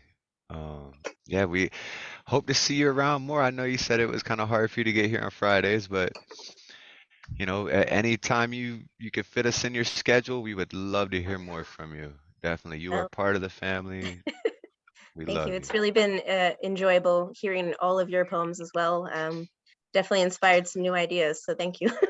Cool, excellent. That's what we are all about. Um, yeah. So we've got Generalissimo has to cut out kind of early. So coming up next, we had Oksana, Nayma, and then Freedom. I know Nayma is barely hanging on there. So, Freedom and Nemo, if you don't Thomas, mind, I'm just gonna can bump Generalissimo go because Generalissimo up. is it, no, I was gonna ask you, can he go in my place actually just because I'm just kind of listening for the reminder. I don't really want to share anything else. That's cool. Oh, you don't want to do it on a round two? Okay. No, So then there yeah. you go. That works out perfect. And that nobody else has to be moved around. And so coming up next, we've got Generalissimo. Let's give it up for Generalissimo, everybody. I thought Nemo was Woo, gonna woo. go. Okay, then I'll Or go. if you want, we can let Nemo go first and then you. I'll let Nemo go, then Because I'll you still go. have a few more minutes, right? Yeah. Yeah. All right, so everybody, give it up for Nemo Chamchoun, staying up all night for us. Woo! Back in the building. We love you. We miss you. Thank you. I mean, I'll just do the other one because let's bring it up. Sorry if you've heard this already, because I know there are some of my friends here who have probably heard it. Chasing poets. I gazed into fields and blades of grass, and my bones felt the cold. At Wordsworth's cherished crowds, densely adrift as the wayfaring clouds, and of Brooks' eternal England. I searched sorrowfully for the strand that could tie my restless hand to belonging and the end of longing. The crisp air greyly blurs the awning, dimming the warmth and staining the sun's vivacious gold. In Shakespeare's Eden, the apple eaten and the sins repeatedly died for, buoyed by Blake, to ride thoughts soar, the wings heavy and lackadaisical, craving the heights of the astrophysical, dawn's song that sang of the metaphysical, of exploding colour and scorching heat, the light's verve, coaxing, easy release, quenched by alpine streams, softly seeping. Browning's amour of April brings but icy showers, which douse and deaden the embers. Still, the senses longingly remember the thoughts of the home abroad, where the heart Titianly thawed, and the spirit sprawled in awe. The shepherds of Rossetti who seek the flock that in turn saves, as they herd the arduous days and hours.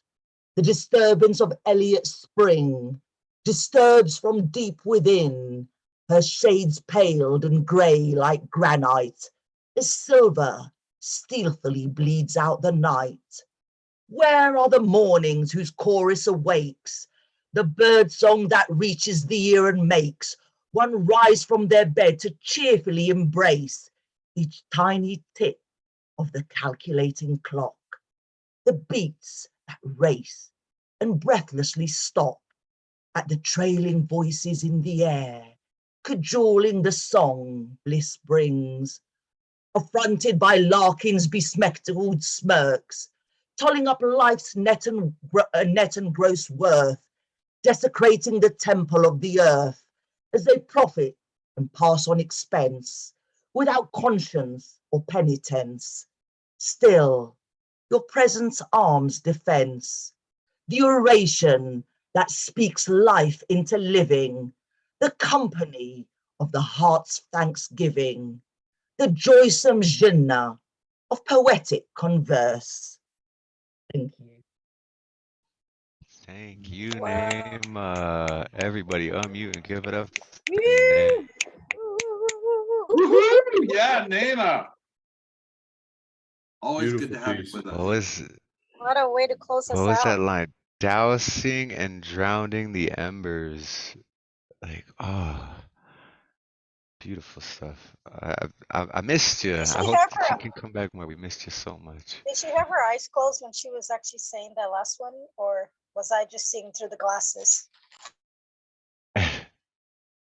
You're muted, but she might have. Oh, yeah. Jane, thank you so Maybe much it for was just seeing through showing the up. glasses. Your eyes Jane, was thank open you or so closed? much for showing I up. think Good my eyes night. were open, but maybe it was just the blurring of the glasses. Oh, okay, got it. Yeah. All Jane, right. spoken Nayma, word. thank you so Woo! much. Thank Yeah. you. Was she featured for us as well? Jane and Albie. I think we have that video up online. I don't know. I got so much footage. Like we got backed up. Like thing, but our YouTube channel is about to blow up. We're gonna have playlists for everybody. We're gonna have our features, like everything. Yeah, I'm recruiting some help for this, and we're gonna get everything organized, and you can and share them, and it's gonna be great, man. So yeah, let's keep this thing rolling. Coming up next, we have the general himself, Brian Thank you. Franco. Thanks, Thomas. Let's go ahead. Before there was Tina Turner, there was the great Eartha Kitt. And you just like you can't say enough about Tina Turner, you can never really say enough about Eartha Kitt. She was an amazing woman who went through a whole lot to be who she was. And this is called All About Eartha. Eartha Kitt, you should have been a Bond girl. Oh, Eartha, you should have been a Bond girl. You could have been a Bond girl, Miss Kitt, except you would have been a Bond woman. You had a #1 hit with Santa Baby. Christmas was suddenly sexy and a little naughty. Then you made St. Louis Blues. What a movie. You stole the whole show. You stole the show from Nat King Cole. You stole the show from Cab Calloway. You stole the show from Ella Fitzgerald, Pearl Bailey, and Mahalia Jackson. You were ingenue, muse, and femme fatale in one fell swoop. You wore a silk blouse and A-line skirt better than any white woman ever had. White men all across America called their governors and congressmen asking why it was illegal to marry Black women. You were declared to be the most exciting woman in the world. Eartha Kitt was it, and it was all about Eartha. And you became a Catwoman, the last of 3 after Julian Lee. You redefined the role and stole the show. You were the only one who purred in real life. Then you had lunch with Lady Bird and asked her why her hubby was sending the best of this country to Vietnam to be shot and maimed. You made the First Lady cry. Not too appropriate. But you were not a lady who lunched. You were a diva songstress who could make a song her own like nobody else. In 1997, I saw you perform in a Boston jazz club. At 70, your legs were Tina Turner perfect. You lay across the piano in classic cabaret style. You sang in 4 languages, even if they were not. Every man in the room became multilingual. And you purred. You purred like a stray kitten. You purred like a lioness. You purred like a tigress. You purred like a jaguar that knew she did not have to pounce her prey. That night, you looked straight into my eyes and sang a song to just me. I know you didn't actually do that, but I was in the same room with Eartha Kitt. And you know what else? I was in the same room with Eartha Kitt. I was in the same room with Eartha Kitt. Gracias, everyone. Fuck yeah, dude. Oh, I love that. That was good, man. That was good. What was the line? Eartha Kitt is. I forget what it was. I was just blown away by the whole thing. I forgot my favorite line. Thank you so much, Generalissimo. As always, it's a pleasure hearing you. Yeah. Yeah, I love the end too.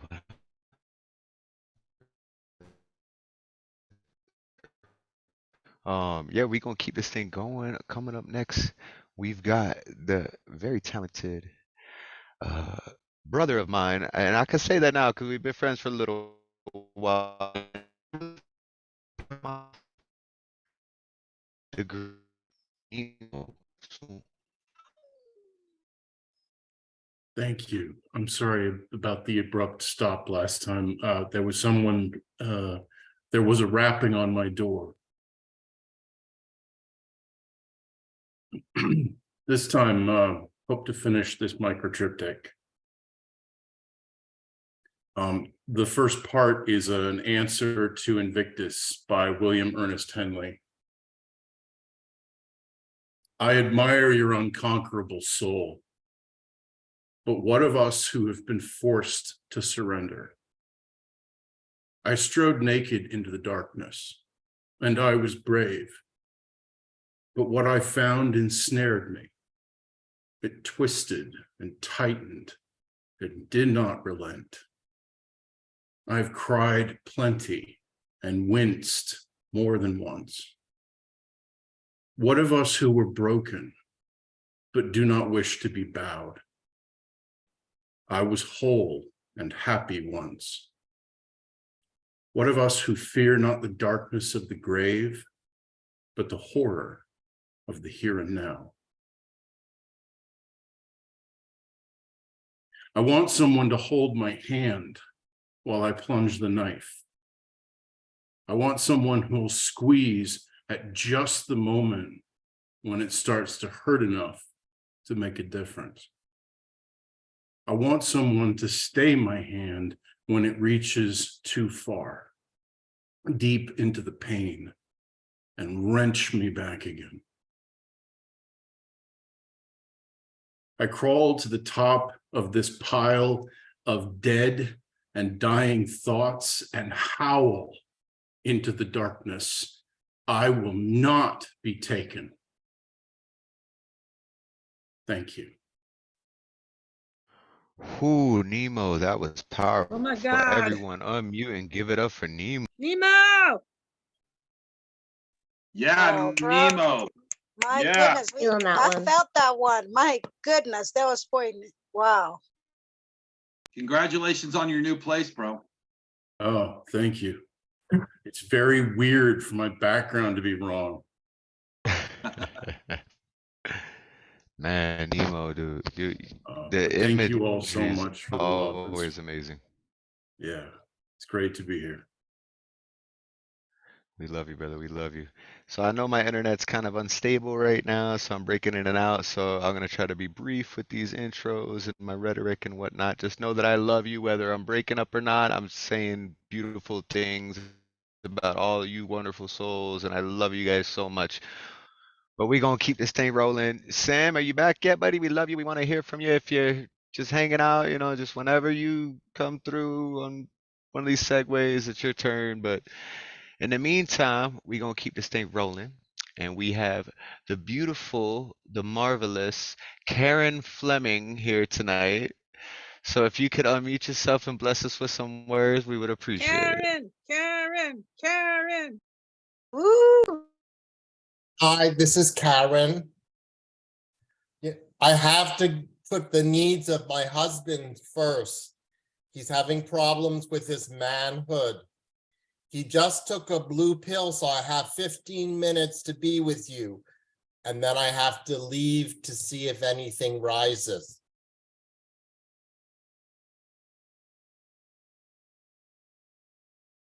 I'm going to show the other images that I'm submitting to the theme of fascism.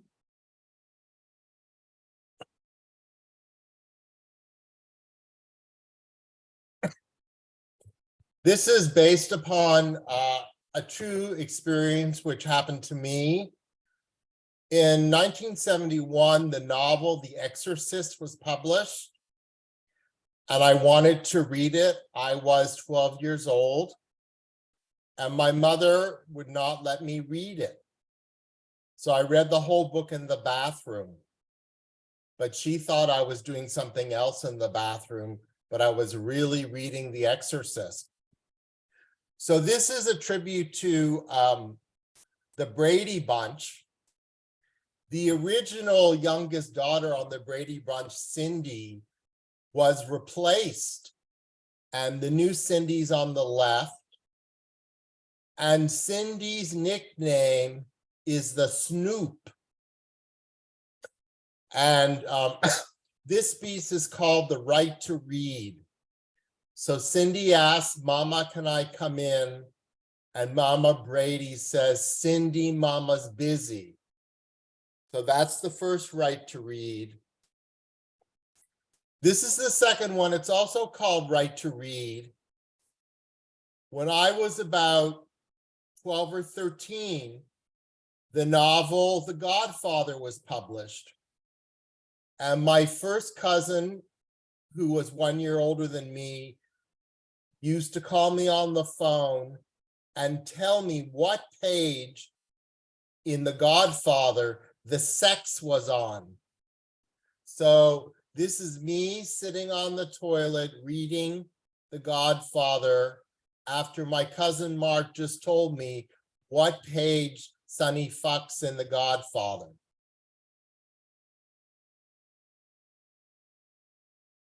And this is the last one for tonight.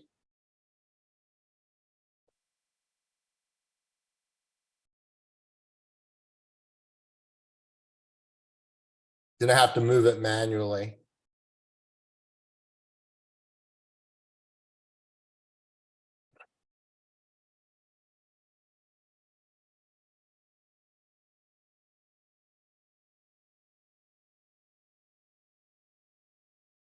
So my other cousin Mark was also 1 year older than me. So when I was about 12, he was 13. He told me about this movie theater in Montreal called the Pussycat. And they had these audio recordings of their current movie offerings. And 1 week, he told me they were having the movie Deep Throat. So we used to call on the telephone in the closet together, the Pussycat Theater, and listen to the audio recording. So this piece is called The Right to Porn. And the description of the movie Deep Throat is a doctor discovers that a woman's clitoris is located in her throat. And thank you. Those were both my inspirations by my two cousins, Mark. And now it's almost been 15 minutes and I have to go see if my husband has risen. Oh, thank you so much, Robert, man. I love it. It was that really the like when you called, that was really the description of the movie, was a doctor discovers that a woman's clitoris is in her throat. Was that their punchline Yes, for the and that was actually in the like marketing material for the oh my movie. God. That That's was the description of the movie. that's fucking hilarious, man. That's too much, man. That's hilarious. Um, because we all know that it's just still a myth, right? It's not. Trust me, I know where it is. That's my wife. Anyways, we're all adults here, man. Everything's all good. Yeah, coming up next, thank you so much, Robert. Let's all unmute real quick and give it up for the wonderfully creative, the brilliant mind, which is Robert Fleming. Yeah, Robert. And Yeah, yeah, it looks, the images are really good though. I love the visual. And you're gonna do a visual art book. I remember you were working on the layout for. Are you still gonna be releasing that, your visual poetry book? That's correct. My upcoming book, which we published by Devil's Party Press, is called White Noir, and it will be a visual poetry book published in November of this year. So Oh, that's I'm cool. looking forward to that.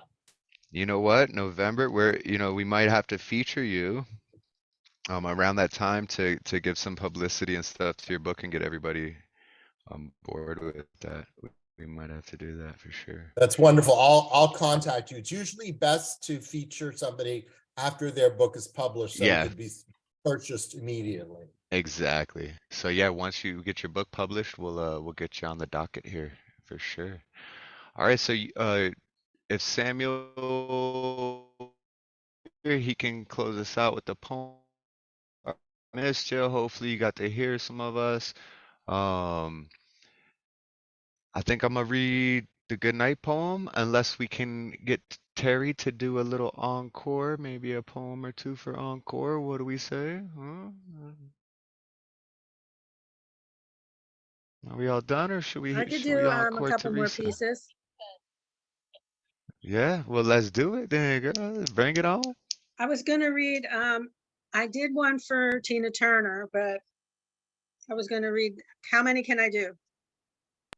It is your night. I don't So care if Memorial everyone Day. else leaves and it's just you and me in the room afterwards. I'll read the goodnight poem to you if I have to. You go Okay. until you We feel still you're got 12 missing people in here. 10%. Yeah, Okay. yeah, we're still So chilling. Like, yeah, because there's we're all other good. things going on right now. You know, everyone needs to go Yeah, wherever they usually go because they're not usually, I guess, coming here because I'm not usually feature. But I know that there's a good crowd that comes in here all the time. yeah. But anyway, We I got our fam, digress. you know. Memorial Day poem. Flags, flags, flags. By the way, this is a list poem. Flags, flags, flags. Army, Navy, Air Force, Marines. Fallen heroes, Purple Hearts. Folded flags, unnecessary wars. Wounded soldiers, unmarked graves.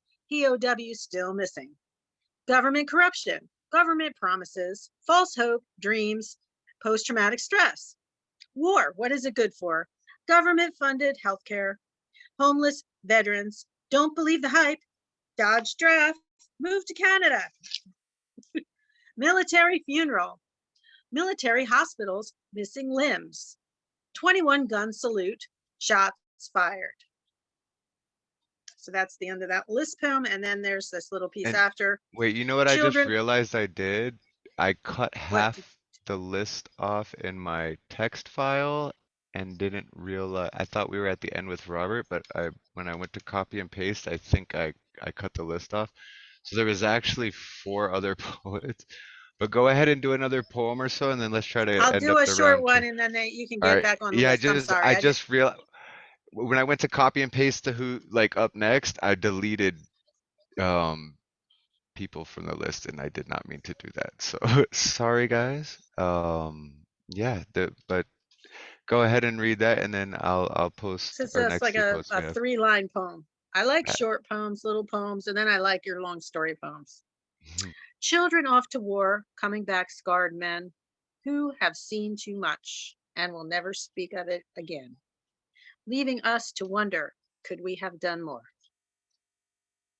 And peace. Right on. That was Excellent. great. That Absolutely was. fantastic. Yeah. Thank you. Oh, I love those short poems too, man, because it packs such a punch, man. And the master of them are Nemo, man. Like oh, and you embodied that. Like I felt a little Nemo just coming through you and just the pack a punch with a few words, you know. Love that. Yeah, I'm sorry, guys. I when I went to copy paste the link over, I deleted. I'm like, and I thought there was more to. I'm like, I didn't think we were ending with Robert, but okay, that's the end of the list, I guess. But no, we have Principe coming up next, and Gustav, then Lantern Carrier, and then we can maybe do a little more Terry, and then I'll close this out with the goodnight poem. So, Principe, if you could unmute yourself and bless us with another poem, we would appreciate that. This poem is called Heartbreak Hotel. What's a heart without what's a heart without heartbreak? One thing for certain, an unbroken heart is not tainted by impurities or mistreatment. A broken heart hangs out your chest, no bandage to cover up the wounds of a marred so sprawled out in a puddle of red paint. That's my poem right now. So far,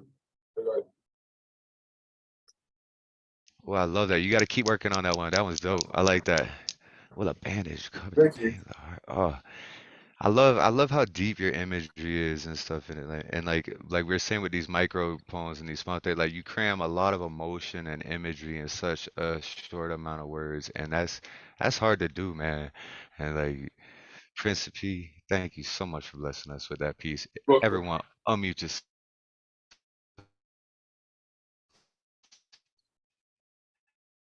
Principe, yeah, good job. Yeah. All right, so coming up next, we got the Megas, Gustav Salas. Go ahead and bless us with some words, brother. Hey, everybody, I got two short pieces. This one is for an event tomorrow called The Future. This is Visions of the Future. We are confronted with two diametrically opposed visions of the future, an open, tolerant society that values the rights of all individuals, or a repressive, intolerant society that devalues women, minorities, and the LGBTQ community. Fascism is on the march, and we must stand firm in opposition to it.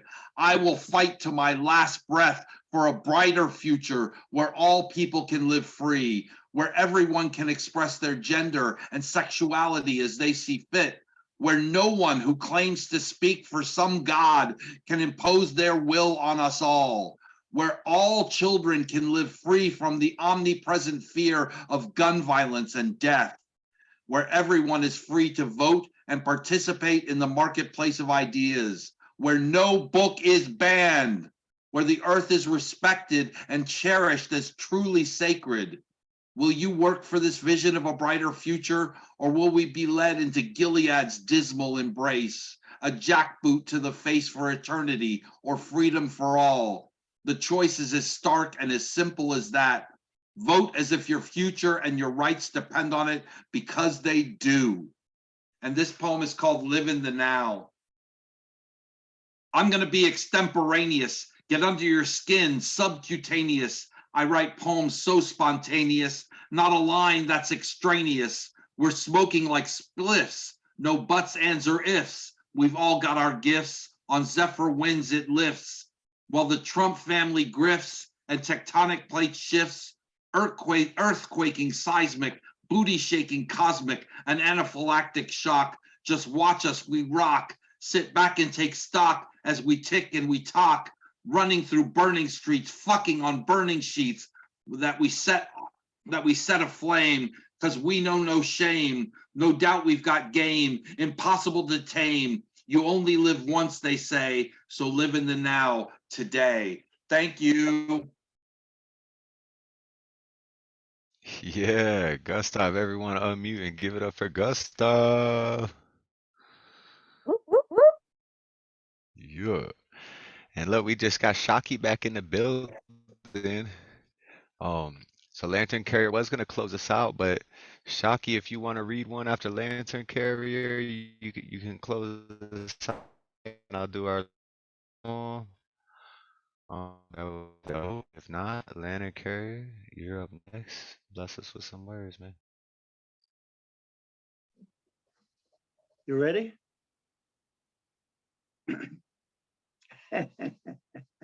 Thank you. Poison at the end of the food chain is very rarely its source. Lightning strikes with blinding speed, yet the burnt tree knows that it came from above the clouds. The tyranny of oppression is not new, but an enemy of man, sweeping down the path of centuries. When a dying man says, "I cannot breathe," it is really a complex and repeated echo, a poignant and tragic one indeed, leaving the heavy stain of grief, sighing on the living breath of countless souls. Dying from the coldness of another reawakens a cry of longing for equality and justice by the oppressed, who seemingly won the battle against the brutality of slavery, only to fight another war for survival. The very presence of excessive greed defines by nature unjust elements in a society which is either duplicitous, complacent, or indifferent. There is an ingrained history of abuse of power, insecurity, and mistrust. Like all chronic afflictions, the remedy is painfully slow, and the wheels of pain keep spinning in ghettos. As such, social disparity prevails, together with hunger and deprivation, breeding strife in the hearts of the dispossessed. A wise man once said, "The best remedy for the soul is love." "But what if it doesn't work?" said the skeptic. "Then increase the dose," the seer replied. Yet whales run red, echoing in ancestral Africa. Each heinous crime diminishes me, weakens the spirit of a community which inherently wished to live peacefully side by side, but is instead forced to address the ravages of disorder. So while the light of the firefly is no match for the stunning effects of moonlight, even a candle of hope can light up the sky. My eyes are not as powerful as the sun, yet they see colossal things. Like moths, some rush to the seeming light, which is none other than darkness. Callousness reigns in many hearts. The dead blames the ones that are dying. The cry of each soul longs for freedom, tugging at sunrise upon the dawn and sunsets on the horizon. Meanwhile, confusion reigns in the light of day, while we weep in the shadows, striving to love against a background of pain and complacency. Tomorrow is another day, and today well spent prepares and shapes my journey. I rise at dawn, hear the lark sings, and aspires to its eloquence and vivacity. The charm of daffodils and seasonal spring fills my heart with wonder, and I taking another breath, joyful to be alive. Sea water rushes towards me, bringing a rhythmic melody, a reflective piece of music of everything that is good and noble, full of peace and light. I bow in sweet reverence, offer myself to the glories of creation, wish all kindred spirits would breathe this love. Lantern Carey, thank you. What a blessing. Thank you so much. Thank you. I I have one word that I pulled from your poem that it sums up you as a being. Eloquence. He used Thank you, my brother. eloquence. Muchísimas gracias. Mm. Es muy amable. You're very kind, very kind. He loves the word sublime, so he is that too. Oh, he is definitely sublime. Every time I hear him speak, I get transported to like another place, like another dimension of this reality where we're all just living in harmony and unity and peace, and everyone's fed and clothed and housed, and it's just You, he takes you my want to know spirit to my that. secret? What is that? I take 7 words, just 7 words, and I Oh, you've create told me this everything before. else from those 7 words. Nature, Yeah. love, light, images, color, superlatives, and cadences. Wow, I mean that's a gift. I mean nobody can do that though. That's your gift. That's your touch from the creator. I Yeah. just was staying, hanging around to hear you before I go, but I have to get going. Thank you so much, Uh, Tomas, for this space and everyone for the thank you, my offer. dear. Thank you, mi querida, mi Yeah, thank querida. you. Bye, Thank you, Oksana. Terry. Thank you, Yeah. everyone. Thank you, Terry. I loved your poem, and I'm so glad I was here to support you and everyone else again. I'll see you guys soon. See you Bye. soon. Bye. Buenas noches. Thank you. First, Bye. forward to that feature. July 21st, Oksana's gonna feature for us. Y'all heard it here first, so definitely. All right, I'm getting your internet is unstable, so I'm probably breaking up right now. So I don't know if you guys can hear me or not, but Shocky G is in the house. Shocky, if you got something for us, I would really appreciate it. If not, I'll just read y'all the good night poem and we'll all part ways. But yeah, I would love to hear a poem from you, Shocky. Okay, I could do a poem. Terry, I know I left earlier, but great feature from what I heard. As always, you're always amazing. This poem. There are words that turn your body concrete, teach itself how to statue, freeze up the flow of poetry coursing through it. But I've seen how stone crumbles, how copper oxidizes itself green, and I wish, if I must be monument, I'd be pyramid, be Sphinx, or Easter Island. What I mean is I don't want this to destroy me. Want this body to be evidence I outlasted everything. They say in the hands of Michelangelo, marble looked like silk. I know this life has hardened me, but I hope I never lose my soft in the marble, never lose my poetry in a library of silence, forgotten words tattooing pages left unread. Because there are words that will destroy everything you've built. And I'm just trying to fill the world with a few that may rebuild it. Poem.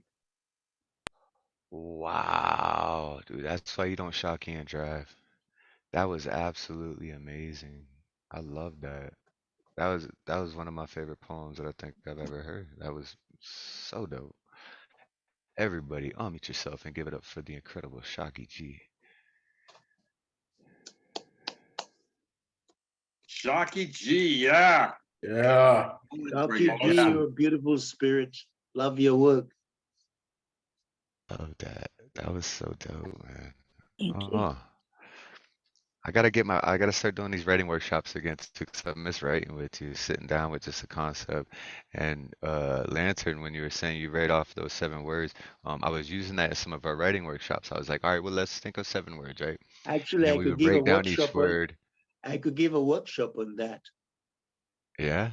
Would you want to do that with for the Open Minds community? Yeah, I'll be happy to if necessary. All I can right. show Well, how we're the gonna have 7 to words arrange can that. I'll be in expand in contact. great detail. Excellent. All right. So look forward to that, y'all. We're gonna have a workshop with the Lantern Carrier himself coming up here soon. We'll work out the details. Maybe we can write our collab then too about women like we wanted to. I've been trying to get to it, and I've got all these. 'Cause I've been in a out of this. Yeah, I haven't really written anything in a while. I've done a lot of freestyle and I've spit a lot of rhymes. I just haven't really got anything in the paper, so I got to start getting onto that again. But yeah, it looks like we're wrapping up our night now. Thank you so much for that powerful piece, Shocky. That was just uh,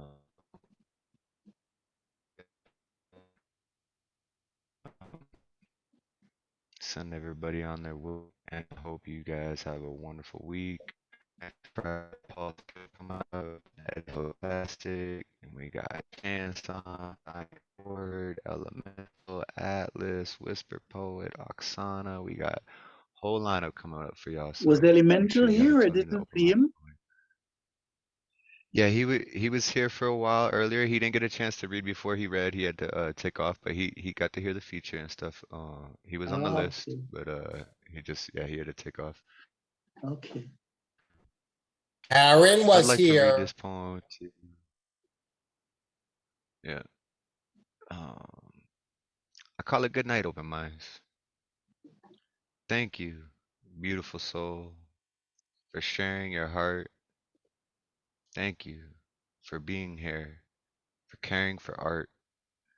Thank you for unfolding the wholeness, for being a part, for participating in our mission to spread light through the dark.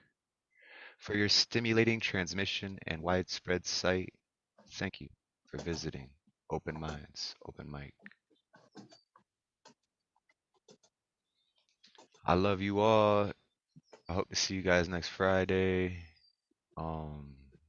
Yeah, thank you so much again, Terri, for the amazing feature.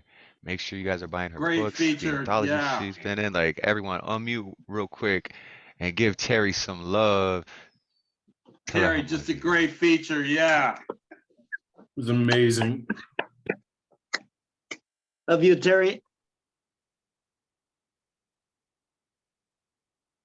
I love all of you guys. Thank you so much for being here on another Friday night.